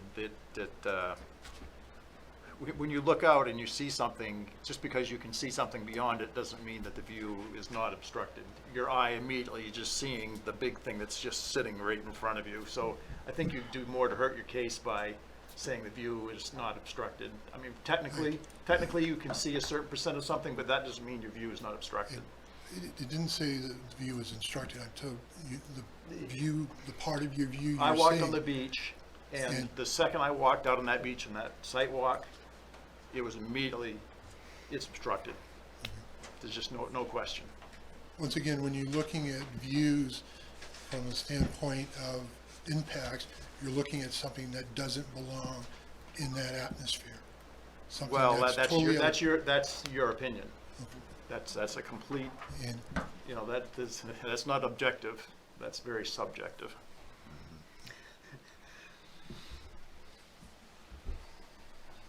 Okay. I think we need a traffic study. That's my opinion. I can't see where this goes anywhere until we have resolution on that. For parking. I mean, I can't see where, what are we talking about? 14 additional slips are gonna create traffic problems. 49. 49 additional slips are gonna create a traffic problem. Not necessarily a big traffic problem on 302, but I think parking. Parking is the issue. And as far Well, as, yeah, but if they're all pulling in at the same time, it creates a problem for you too. and I think we also have to take into consideration the zone that we're in. I mean, you know, we talk about view, but we are in a commercial zone. And there is some expectations in a commercial zone that are just because you are in a commercial zone. And yes, we are also in the shoreline, Right. but we're not on, you know, Panther, where a large pier is going to be considered a little bit differently. I would anticipate them in our commercial zone district. So, and I think that's, I think a I get to parking the way. study could be even as simple as a survey of marinas in the area, how many slips they have, how many parking spaces they have. And that would provide us with some useful information. I thought they provided us with that. Can I ask sort of a novel question? I have deep concerns about the beach area. Now, I understand the laws, but I've lived on a lake for many years in the summer, and people, it's getting much worse. People are speeding I mean, there's no respect for that 200-foot. There should be, but there isn't. There's not anywhere near enough game wardens to keep things in order. So I have deep concerns about the beach area, because I don't think there's any way we can regulate people not swimming there. And I see a huge conflict with boats. But I'm curious, can the hope, and maybe the answer is no, but looking at the view, it looked to me like perhaps the project could be moved over 40 feet. And if it were, I'd have a lot less concerns. I don't think so.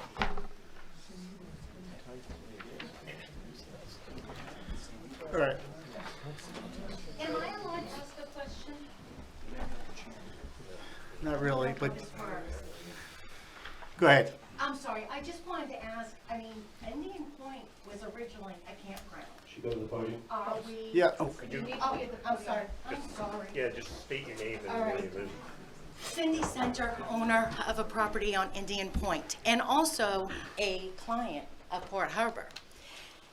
Indian Point was originally a campground. Are we grandfathered for that swimming area? I also have a young child. I'm very concerned about him swimming. And you can say all you want about how fast they're supposed to go. Okay, but I I'm thought you were all gonna on ask a this question. beach. Well, okay, my question is about grandfathering. Okay. No, That's my question. Would there be I can't think of the legal term, but the easement that you gain by using something by using it outwardly so that people can see you using it over a period of years, is a legal term. Would they have that in the Not beach? over the public water. No. Okay. That's not their, that's no one's property.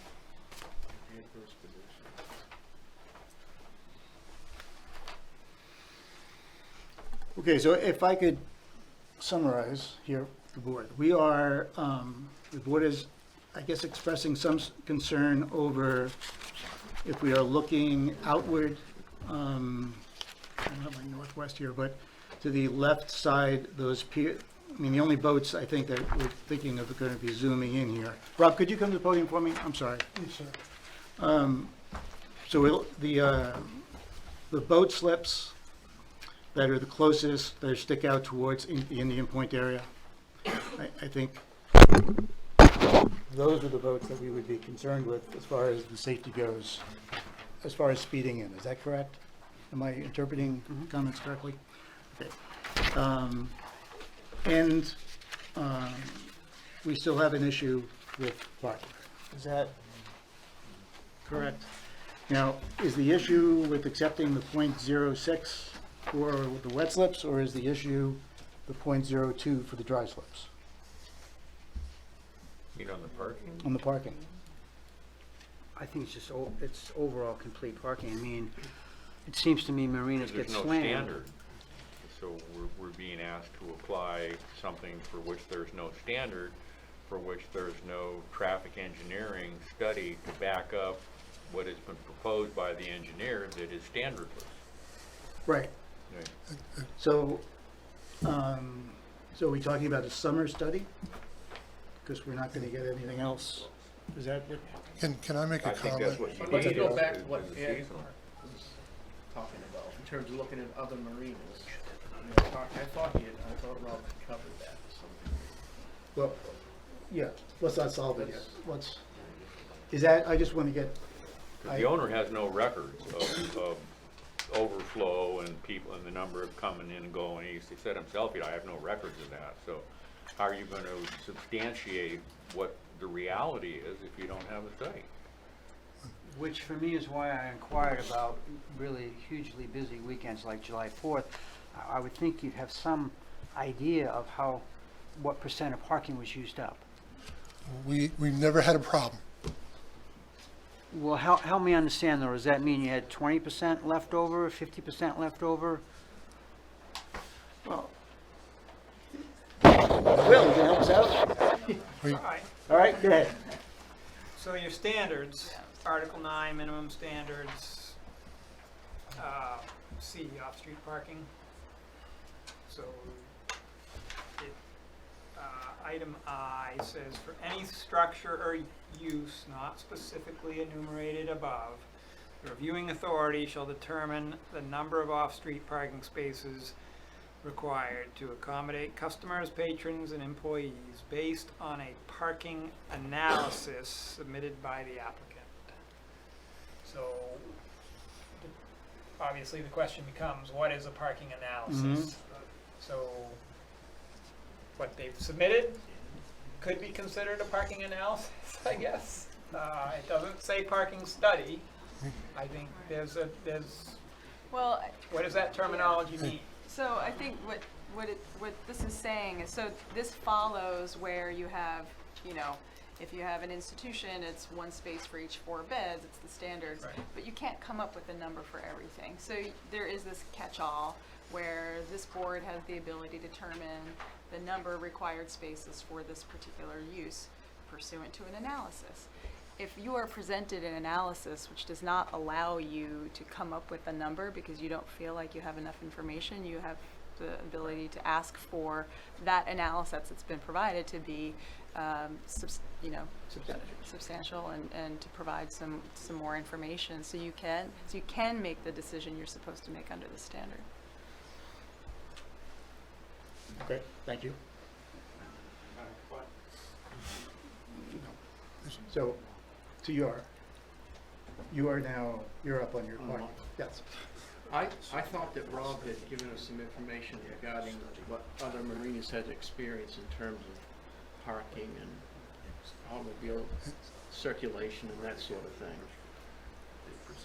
if ITE had more studies, that we would get a better confidence level. They only have one study. Those studies that they typically have in these manuals are all over the country. They're not just from Maine. They're not just from New England. So they look at every area geographical in the country. That is what we have done. We have looked at the best information available relative to what parking is required. And we tried to be conservative about it and say, okay, we're going to assume that we're not going to park as many vehicles here as we could. Once again, by TEP's rules, we could go in there and pave that, and it would be no different than the gravel that is there now. It's impervious now, it'd be impervious in the future. And then we could stripe off 9-foot parking spaces, which would give us a boatload more, excuse the phrase. But we believe that we've been conservative in using the guidance that we could find relative to marinas, and we have relied upon our clients' knowledge. They maintain 5 marinas around the state. Once again, they're not going to want to shortchange their customers on parking. They're not going to want to deal with code enforcement with people parking out on the roadway. And if there's a problem in the end, they're going to create more parking. We did what we thought was appropriate. We used guidance from recognized sources relative to that parking. And to go, to go count parking spaces at a marina right now, how do I know if they have enough parking spaces? They may not have enough. They may have too many. So we try to use reliable basis to come up with the parking and be conservative on it. Okay. I mean, for me, I think your point's well taken. For me, the only sensible parking study for me would be if someone could go around to similar marinas on settings on Sebago and Long Lake that have marinas and parking on July 4th. Well, that's not possible. So your point hits home to me that if we do a study, how do we know they have enough? How do we know they don't have too many? Yeah. We didn't give you all the information that we dug through. A lot of this was based upon around that critical time frame, whereas what's going to be your worst weekend? Up here, it's July 4th. Not Memorial Day, not Labor Day, it's July 4th. And that's what these numbers represent relative to the required parking. That's typically what ITE is doing too. When they're looking at it, they don't give an average for a shopping mall. They give, hey, what's going to happen at Christmas time? And that's what we believe we used for this project, to come up with a reasonable amount of parking for the project. And once again, we can go count spaces at other marinas, but it doesn't mean, one, do I think they? we got that point, Rob. Yeah, okay, thank you. Can I just, one thing to just think about? Yep. Sometimes when this type of subject comes up where you don't really have good information to create a standard, but you think it's good information, you could have a monitoring condition for them to monitor. Going forward? Yeah. I mean, after? Yeah. Oh, And that might work here where they have perhaps room for additional parking spots if really needed. Mm-hmm. Yes. mm-hmm.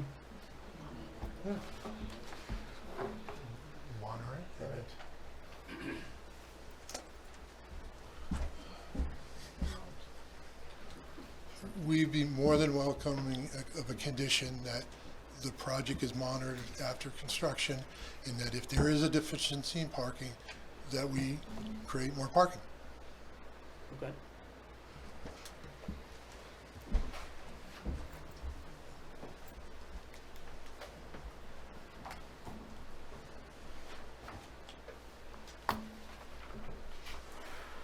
All right, so how about we look at the, I guess,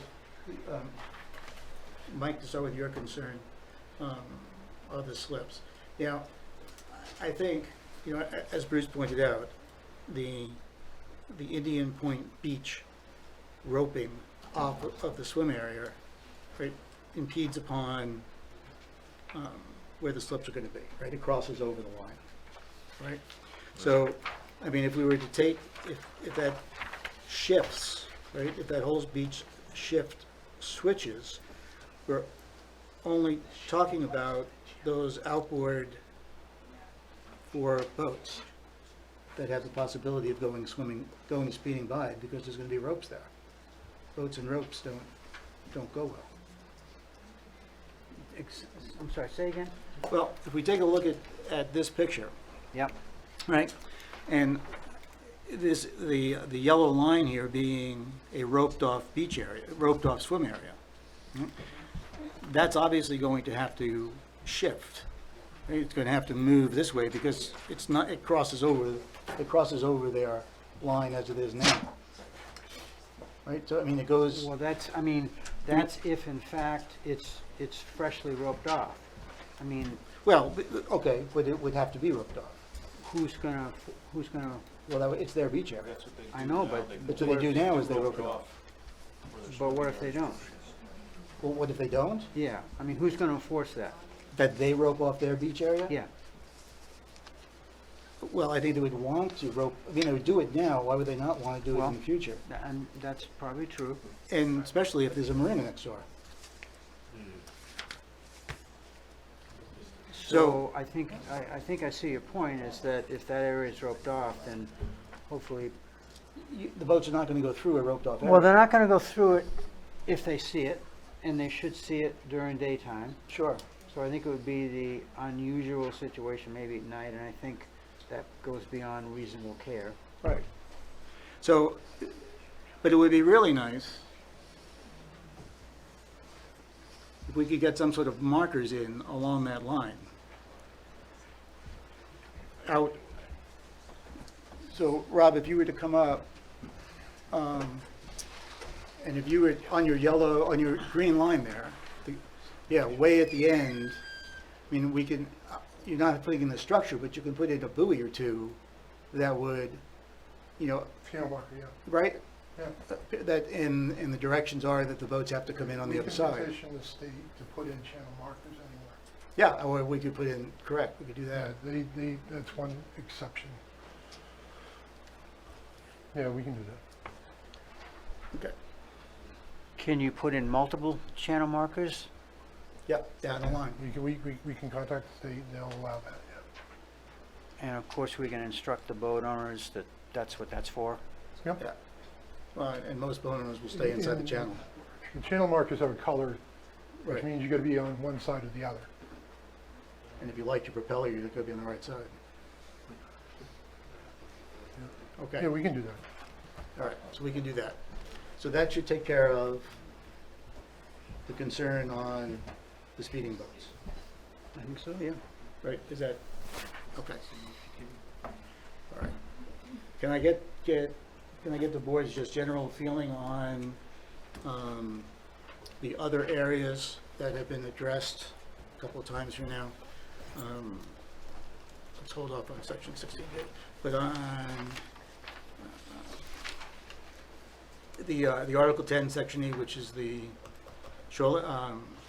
land use ordinances. Is there concerns in any, went through here? Let me just run through them and you just yell at me if there is. Preservation of landscape, purpose of building to the environment, vehicular access, parking and circulation. There's going to be surface water drainage, utilities, special features, exterior lighting, emergency vehicle access, landscaping, or site plan review. Besides the parking, are we fairly comfortable with that information that's been presented? Yes.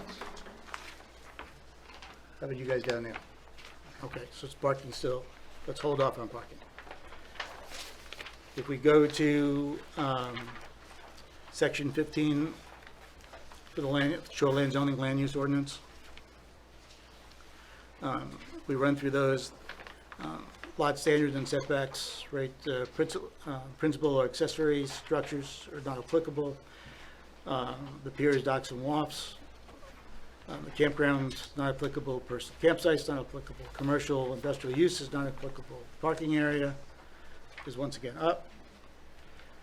Roads and driveways, signs, stormwater runoff, septic waste disposal, essential services, mineral exploration, agriculture, timber harvesting. I think that's it. Right? Are we, besides parking, are we comfortable with what the applicant has presented for each of those areas? Yes. Yes. Okay. If we go one more then to, what did I do with that? Section 16D for shoreline zoning. Do we still have, will maintain safe and healthy conditions? Are we okay with, if we put in buoys with the safety of the pier? Does that become okay? All right. Not result in water pollution, erosion of cemetery and surface waters. Will adequately provide for disposal of wastewater. Will not have an adverse impact on spawning grounds, fish, aquatic life. Will conserve shore cover and visual as well as actual points of access to inland waters. Will protect archaeological and historic resources. Will not adversely affect the existing commercial fishing or maritime activities.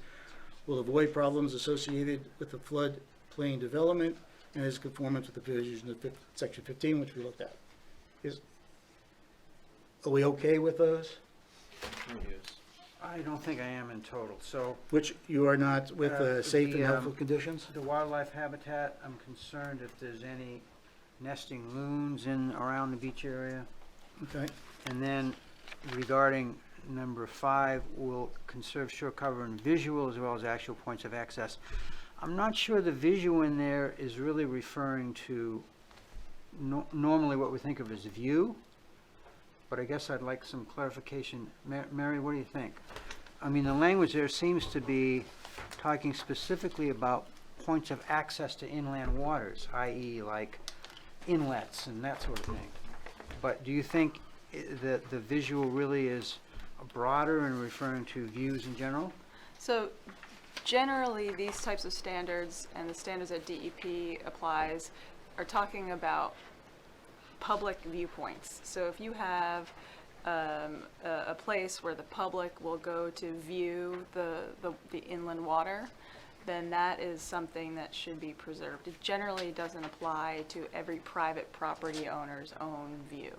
It's generally if you have a public point of view and being preserved for the public. For the public, how about a large condominium? Still, that's private land. Gotcha. Okay. Then I'm okay with number 5, but wondering about loons. I know they're very challenged in the state, so I'm just wondering if there's any evidence of loon nesting in around the area that would be impacted by the new development. Okay.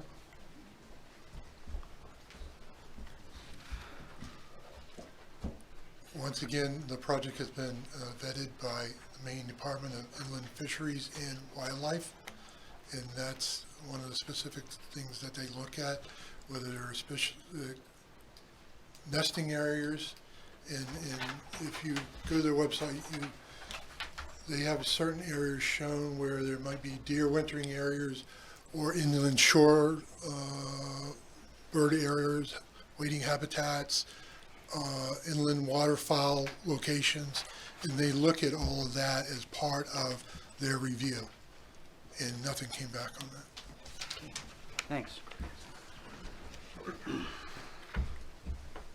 Okay. So we are down to the left with the parking. Is that, because everything else, according, everything else that we have as far as the ordinances go, the project meets? Yes. Yes. Concur? Okay. So now it's the parking.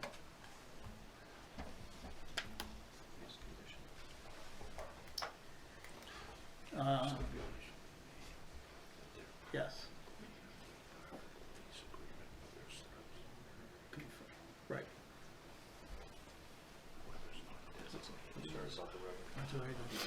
Yep. Okay. And there's another one that,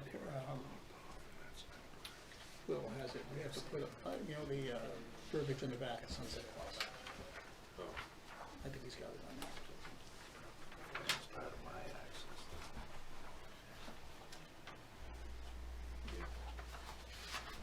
Standard note, Yeah. so that's not on the drawings. I don't know if Rob did it or not. Rob, did you already put a note on there about the sunset clause on the, on your drawings? I believe we did. Okay, it's on there.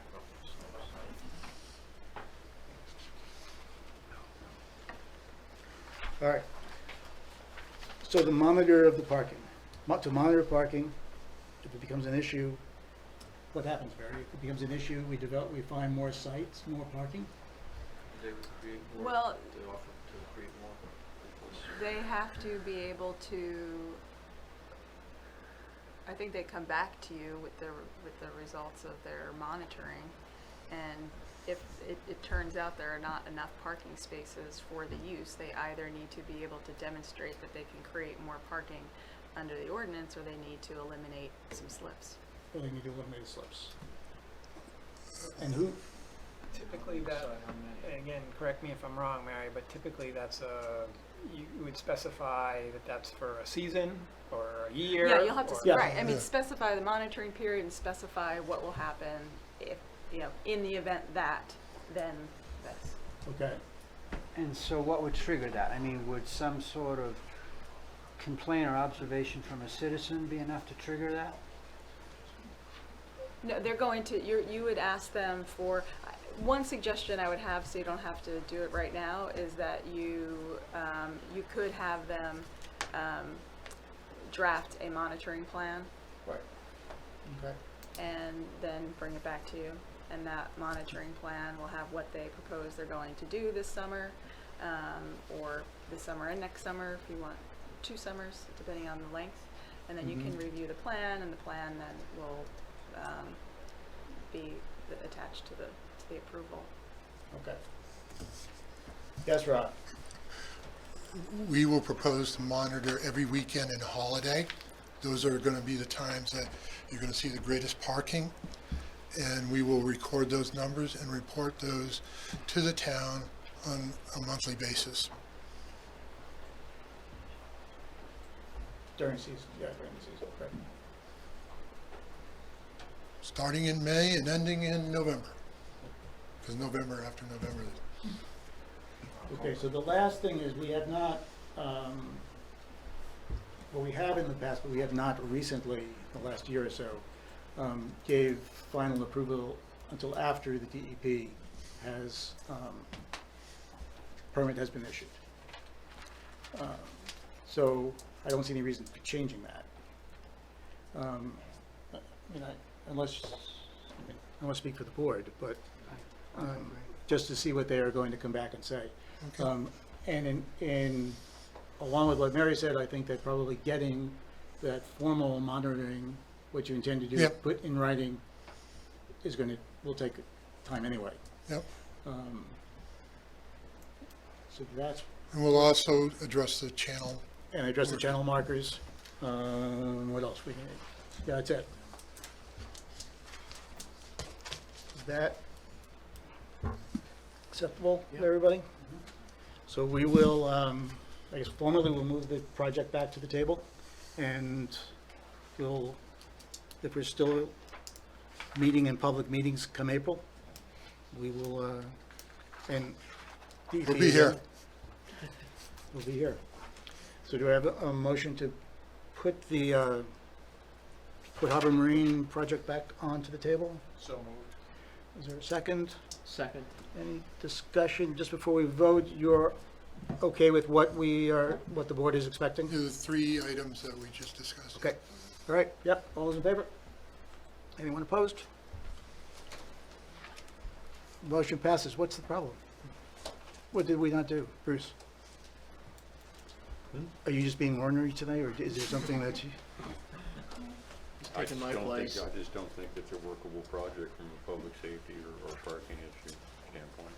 Oh, you should, okay. All right. Thank you, Mary.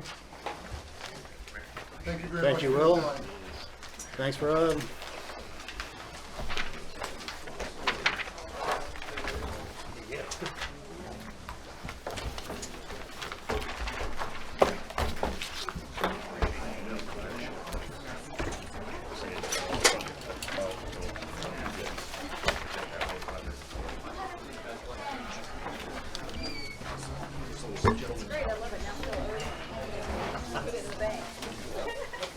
So do I understand the second weekend, second Wednesday of April? No more public. Yeah, I don't have the schedule. Equally. Yeah, you don't have to open it up yet. You just gotta get those things in and you're done. Already. $2,000 to get you another public hearing tonight. Yeah, I don't think anyone's gonna stay. Thank you very much.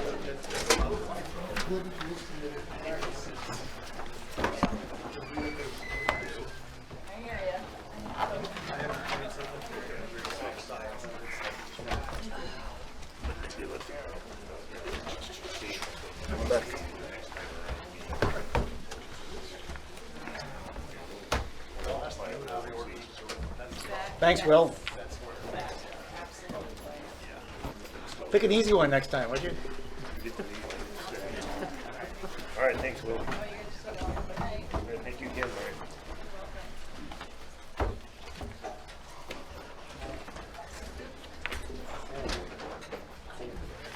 Cold in there?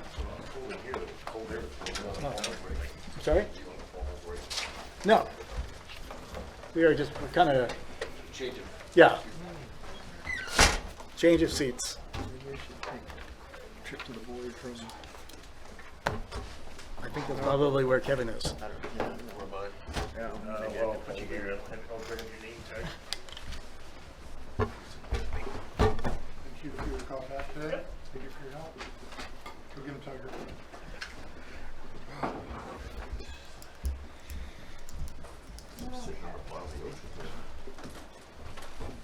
I apologize for missing the signed ordinance in your packages. I've been printing it out back there for this meeting. So Bob, I don't know how you want to do this, but seeing that there doesn't appear to be any public forthcoming, you can do this in one lump, or we can kind of go through it. For the public portion, you can go in one lump, is what I'm saying. Yeah, oh yeah, we're not sticking around. It's kind of what I was getting at. It's right here. That was enough for one night. We can do the fireworks separate, just like a vote against.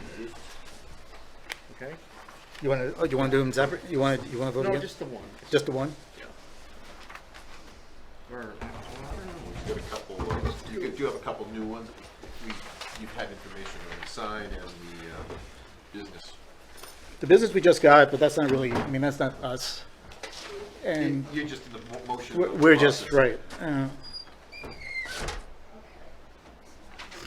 And Mary's going to dig out the sign right now, by the time we get there. There was a little input from the attorney on the business license. From the attorney? Let's see. Just one aspect still need to discuss is definition of a business. I don't know if we really have that in there. Raymond does already have some specific business license ordinance. He's thinking of putting it together into one, all of them into a business license ordinance. And what else did he say? Yeah. One option would be to combine them into a single business license ordinance, if there would be one unified application and approval process, but each specific type of business would have their own performance standards. It's a possibility. He just wanted to know. Can we just see how this goes first? Yeah. I mean, start getting into every performance standard for every business could be. All right, so for the record, I'm going to open the public hearing for the potential ordinance revisions for the 2020 town meeting. And we'll close the public hearing, as no one is present.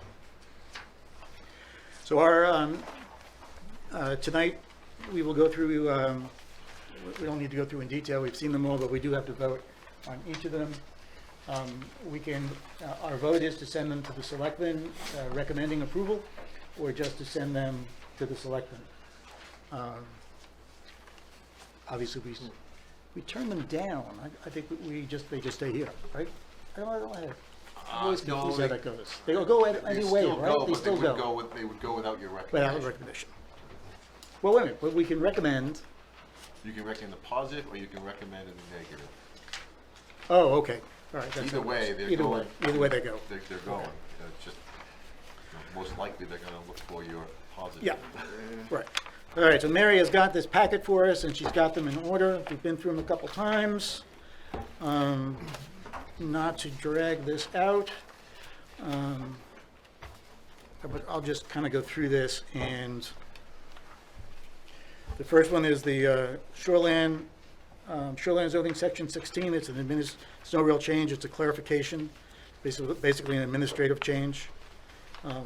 If I'm wrong anywhere along the lines, Jim, jump in and tell me I'm wrong. So I would move that we approve and send to the Board of Selectmen recommending approval. There's a second. Any discussion from the board? All those in favor? All right, this one goes. The second one is the fines for land use ordinance. This is, again, real no change. It's just making consistency of language within the ordinances. I recommend that we send this to the selectmen recommending approval. Second. Any discussion? All those in favor? That's approved and sent. The third one is the appeals for the land use ordinance. All this does is change the meeting times for our zoning board of appeals. It doesn't really do anything else. I recommend that we send this to the Board of Selectmen recommending approval. Second. All those in favor? Pass.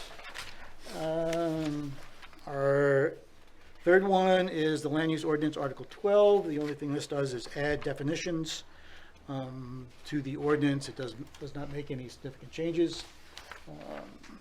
I would recommend that we send this to the Board of Selectmen recommending approval. Is there a second? All in favor? It goes. Our next one is land use ordinance, Article 4. Clarify density for duplex and multifamily lot density, and adding timber harvesting for an allowed use. I don't think that there's anything other than that. It's in there. I recommend that we send this to the Board of Selectmen recommending approval. And is there? Discussion? There is discussion, yes. Yes. And it's actually not a permit, it's called a forest operations notice. I don't know, should we change that now, or We should. Well, I think under our performance standards, it's considered timber harvesting. is it? So if we're gonna do that, we gotta go wholesale and change everything. It's probably okay. The other thing is, it's actually the Maine Department of Agriculture, Conservation and Forestry. We can definitely That's do easy that. to change. That's easy enough to Yeah, change. just do that then. The permit thing is fine. Agricultural, conservation, and forestry. Yes.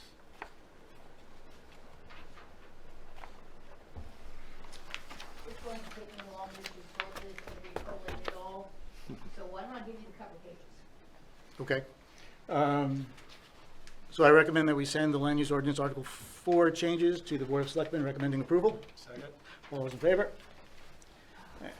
Approved. There is one item on this next one that I just kind of briefly want to add. Okay, we're on to the miscellaneous, I don't Fire. think we're gonna, yeah. The fire Miscellaneous ordinance, fire department? Yep. Okay, go ahead. The one is the article includes Article 8 and 9. 9 is the portion that deals with the sprinkler requirement if they go over the threshold with an addition. Yep. And it's based on assessed, the amount of improvements, right? Similar to what you do in the shoreline zoning almost, with replacement structure. Okay.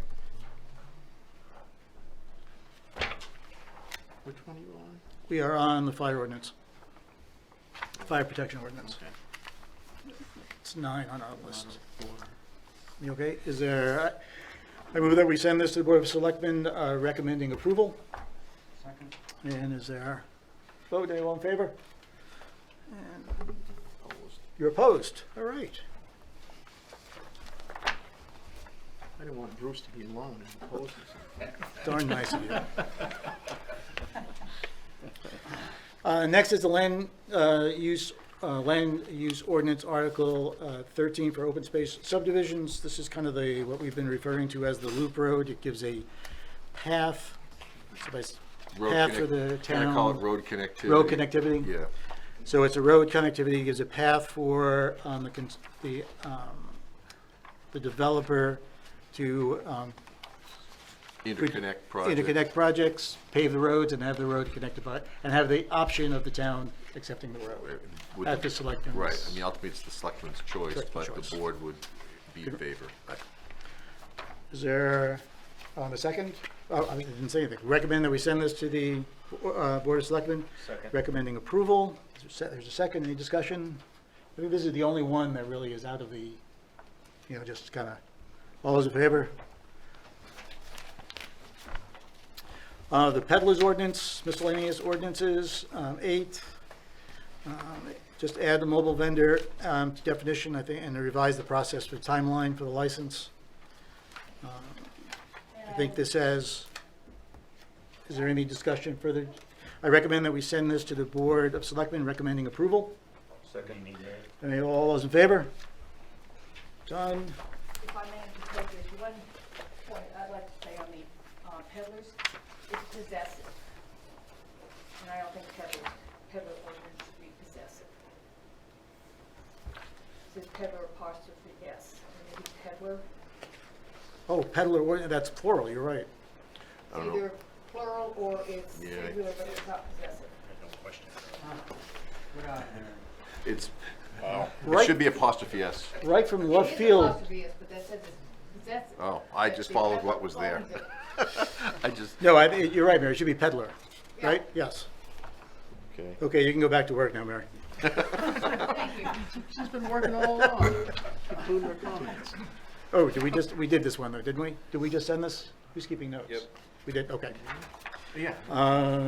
Next one, subdivision regulation, Article 1, to add compliance with net density area. I don't think this does anything but admin change. Yep. Really Right? changed, Yep. I recommend we send this to the Board of Selectmen recommending approval. Second. All those in favor? Done.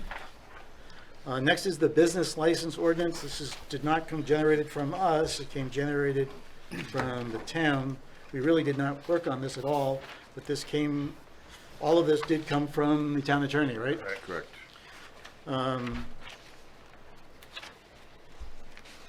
So I guess I move that we send this to the Board of Selectmen recommending approval. Second. All those in favor? Opposed? 2. Three. I really want to be able to read it first. Do we need to have discussion? We didn't have discussion. We didn't have discussion. Yeah, we want, Maybe that would help okay. clarify. Yeah, can we, yeah. So, a little discussion, maybe I'll vote positive. You're on a roll, Bob. That's too bad you got. Yeah, I know. Jeez, you guys slow me up like. You were worried. You just wanted to give Mary more time. That's the only thing. So, in going through this today, because I just received it today as well, I think currently business licenses, they go through you? Yeah. They go through Scott, which may or may not be the best situation, because it puts him in a terrible spot. I mean, ultimately, he can defer it to the Board of Selectmen now. Yeah, well, that was one of the things that they would like to do, is that the Board of Selectmen would actually do the original business license, and then the renewal would go through the town clerk and go through the process of code enforcement and fire protection, that they all meet everything. And those are renewed on an annual basis. Yeah. And I think it also gives you some latitude as to why you can deny a license based on performance. Yeah. So, how much is the fee? That has to be determined by the Board of Selectmen. You have no say in that. Unfortunately, you have no say about any fees. So, yeah, it ultimately comes down to them to assess what the fee would be. And again, to Bob's point, this really, you're going through the motions on this one. This is really the Board of Selectmen's, Right, why are we even? because it's just the process of the ordinances. Okay. All ordinances have Have to go to through the plan. Okay. go through the Board of, Planning Board first. You know, it's kind of like a couple years ago, we had the cemetery one, not really in our wheelhouse, but, you know. So the way it is now in the Scott, do you have any enforcement? Not now, the change, well, it would, well, really, there isn't much, I could enforce it, yes. This gives it more gives it a definition, a little better process as to why it could be turned down or why it could be revoked. A lot of these, some of these, as far as not paying personal property taxes, now we would be able to, if they serve alcohol, you could go after the, tell them that they, tell the state they would not give them their state license unless they paid the personal property tax. It just kind of gives us a little more leverage on that. So even if a business is not required to have a license with the state, just because they live in Raymond, they're required to have a license to earn a living here in Raymond. Well, yes, Basically. make sure then to be inspected every year that it's in, that it is secure, that it is done, it is code compliant with electrical and fire, mostly it's fire protection, as to make sure their exits are always blocked, make sure they're properly wired, we don't have extension cords running around in drop ceilings. Really isn't too much code-wise, but it's more for life safety. So any business at all. I mean, Well, the one thing we wanted exempt. I've been in business for over 25 years here. Home occupation would be exempt. So if you're running a small business out of your home, they don't claim personal property taxes are usually involved in any of that or licensed by the state. They would not be, they would still go through me for the license. They would not go through the select board for the license. So I'm not really required to have one. If you're running a business out of your home and you got a home occupation permit, you're good. Yeah, that's what I do. Good answer. You gonna send the sheriff to come get me or what? I mean, it's, some of these people do not have a license for food or whatever, and they are a small business. It's not something, it's something that can be done. One of the things other towns do, they'll basically go to small claims court for that, if they have to. But most of the time, just having that ability to do that is enough to deter anybody from not claiming the personal property tax, which is one of the issues that they're dealing with. The other one is that Wayne and I have run through it when other businesses have gone in. There's been quite a delinquent upkeep of life safety, and doing a yearly review would help that. Well, I can speak from an assessing standpoint, the personal property thing would be a huge help. I mean, because if they don't pay personal property, they can not be licensed, and they're gonna know that. I think that's really important for the town, helpful. Where's the exemption? There's nothing in here that Well, says it. we'll have to throw that one in there. We didn't, it's kind of like I said, this has been kind of, Those are the worst way to pass ordinances. yeah. It would be something that we would have to throw in there, yes, you are correct, that they would be exempt. Home occupations would be. Do we need to do that before we send it to do we need to do that before we okay it? You can add it in as a Condition of approval. condition that you'd like to see added as part of your recommendation.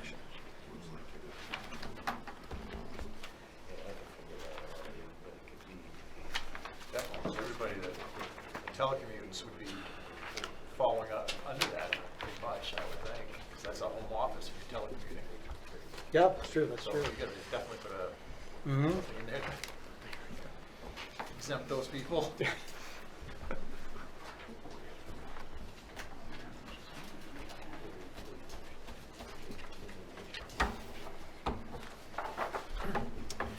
All right, So do you want to amend your vote? we haven't voted on it yet. Oh, well, yeah, we actually did, didn't we? Before too. So you might want to We- rescind that Well, vote. no, we probably didn't. We didn't follow parliamentary procedure. That's right, we with- did. I was, So technically, I don't think we did, right? I would We agree with you. didn't ask for, But you- Questions. but- That's right. but- Questions. but There you you go. have- Yeah. If you want the friendly amendment, you need to add that Yes. into the motion. All right, so we'll, this is my motion. So we will add, I will accept the friendly amendment to add language for exceptions for home. For home office? Yeah, For home offices? home business. For home business. Home office. Home office, home business. Yes, whoever seconded it? Might have been you? Doesn't matter. Second. For me. Any more discussion as to this? So So we're voting on the amendment. we're voting on the friendly amendment to change, to add exceptions for home office. All those in favor? All right, so we're doing this. Well, back on. Go. And now we gotta vote on the whole thing, right? Oh, no, you got street ordinance still. No, we just did. We voted on the friendly amendment. And next is street ordinance. Jim, I'm just gonna ask you to run through this because I'm not sure I Yeah, am. we've got a couple things in here. We've got two. Don't we have to re-vote on the whole ordinance now that we've added the amendment? We just did. We voted on adding the friendly amendment to the ordinance. And that That suffices for suffices. approving the amendment? Correct. Did you want to vote no? Yes, but that's, okay. Forget it. Okay, under the street, we got two pieces of this. One was revising, one is kind of dealing with some of the standards for pavement thicknesses, street design criteria. That also included dead-end streets and language for extension of right-of-ways to abutting properties in subdivisions. The other piece of this deals more with kind of the construction standpoint of it, standards for how we utilize LiDAR, satellite, or aerial imagery survey, because we've had some issues with that, making sure it's field tested to be measurable against field surveys, and that we have benchmarks on plans, and that we require within street plans that 3 of the coordinates are tied to main state grid, so we can use it for GIS. That's essentially the bulk of that one. And we did a little widening of, we did a little widening of some shoulders on that one too. And did we change some of the construction standards? Isn't that what we did? Yeah, that was what I meant, the street standards. Oh, okay. The All right. pavement thicknesses and gravel shoulders.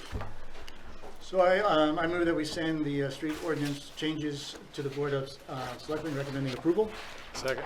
Is there any discussion? All those in favor? Opposed? Done. Signs was actually, I don't know if you have a copy of it, but There it is actually just- came down to a fairly simple process, actually. What got us into the question about freedom of speech had to deal with, we had a section in there that dealt with political signs. Basically, the recommendation is to strike that right out of the ordinance.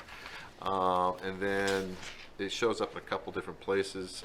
Bulletin boards too, we just struck that because anything you get into where you start to be opinionated about the type of speech can get you into difficulties. We did put in there a piece in there, as long as you talk about how the message is presented, the board or the electronic or the digital, so we did put a small piece in there about that. Other than that, that is all we did in that section. So we really only struck out 2, and we just made note that our jurisdiction includes electronic or digital boards as well. All right, I move that we send the land use ordinance Article 9, minimum standards for signs, to the Board of Selectmen recommending approval. Second. Well, any discussion? The political signs, Eliminated. Eliminated. we got rid of, so in other words, there's no ordinance in there now. You can't differentiate between, Yeah, it's basically under the term temporary signs. yep, falls under temporary signs. So there are term limits of how long they can keep them out there and the size that we just can't dictate the message on the board. Okay. All those in favor? Opposed? Done. Done.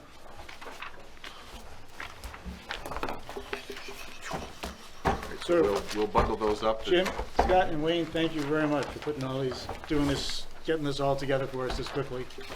And there was a little rush there. Yeah, well, it happens. It's that time of year, it's like taxes. Yeah. But it happened about the same time. But thank you, appreciate getting it all through. We'll clean it up and send that off to the Board of Selectmen. That'll go, what, April? To them? Yep. As far as plan of communication, the only thing I have is we do have a sketch plan for next month. Obviously, you'll have the return, it sounds like, of the one before this. We have a sketch plan for, Residential lot division? yes, which was part of a subdivision off, is that Whitney or Presidential? Whitney. Whitney, which was a consent order by the town. If they further divided any other lots, it had to come back to the planning board. There is one lot on the end, which was the one that everybody figured at some point it would come back. It's coming back. So they gotta do a little tiny configuration to the end of the street, but it's an amendment to the subdivision, so it has to come back to you. Were you anticipating a problem? I haven't seen it yet. We just got the packet in, so I haven't really had a chance to look at it. They're just coming in for sketch plan at this point, so I don't think that they've done everything. I think they just kind of want to get a feel from the board what they're going to be looking for. Okay. And what's that? That's the only sketch plan. Yep.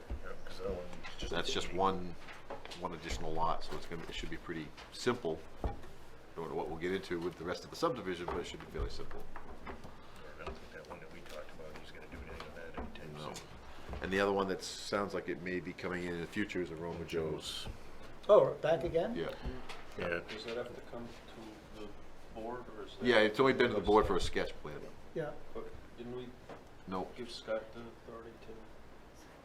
Oh, the building, we did something on it because the building. Oh, that's right. You did. So that's gonna be back to us as staff review. You're correct. It's the only thing we, our Yeah, only it'll come back to concern us as staff review unless something blows out. I think we were waiting to see back the traffic, but. Yep. So, traffic, right? So that's all I've got. Okay. Mary's doing the. Mary's just giving you a signs. final copy of that sign ordinance. And just for info of the board, I'm supposed to be leaving for Florida on Saturday. I'm not sure I'm going, but probably not, but I may not be here for the next meeting, so. Bring your Ed, hand sanitizer. yeah, Ed will run it if I am. Chances of getting the Not flu here. are a lot worse than the coronavirus. I don't know, there's some I don't scary know, stuff. It's, It's ramped up a lot faster. Yeah. yeah, they're that shutting age down group. schools and colleges and everything else Yeah, now, I so. don't know. I think I was scheduled to go to South Carolina It's gonna too, be but that's just- not Yeah, happening. I don't now. think, I don't think I'm going either, but. All right. Well, thanks for everybody's Motion input adjourned. tonight. Motion is adjourned. Second? All those in favor? Yep. Done.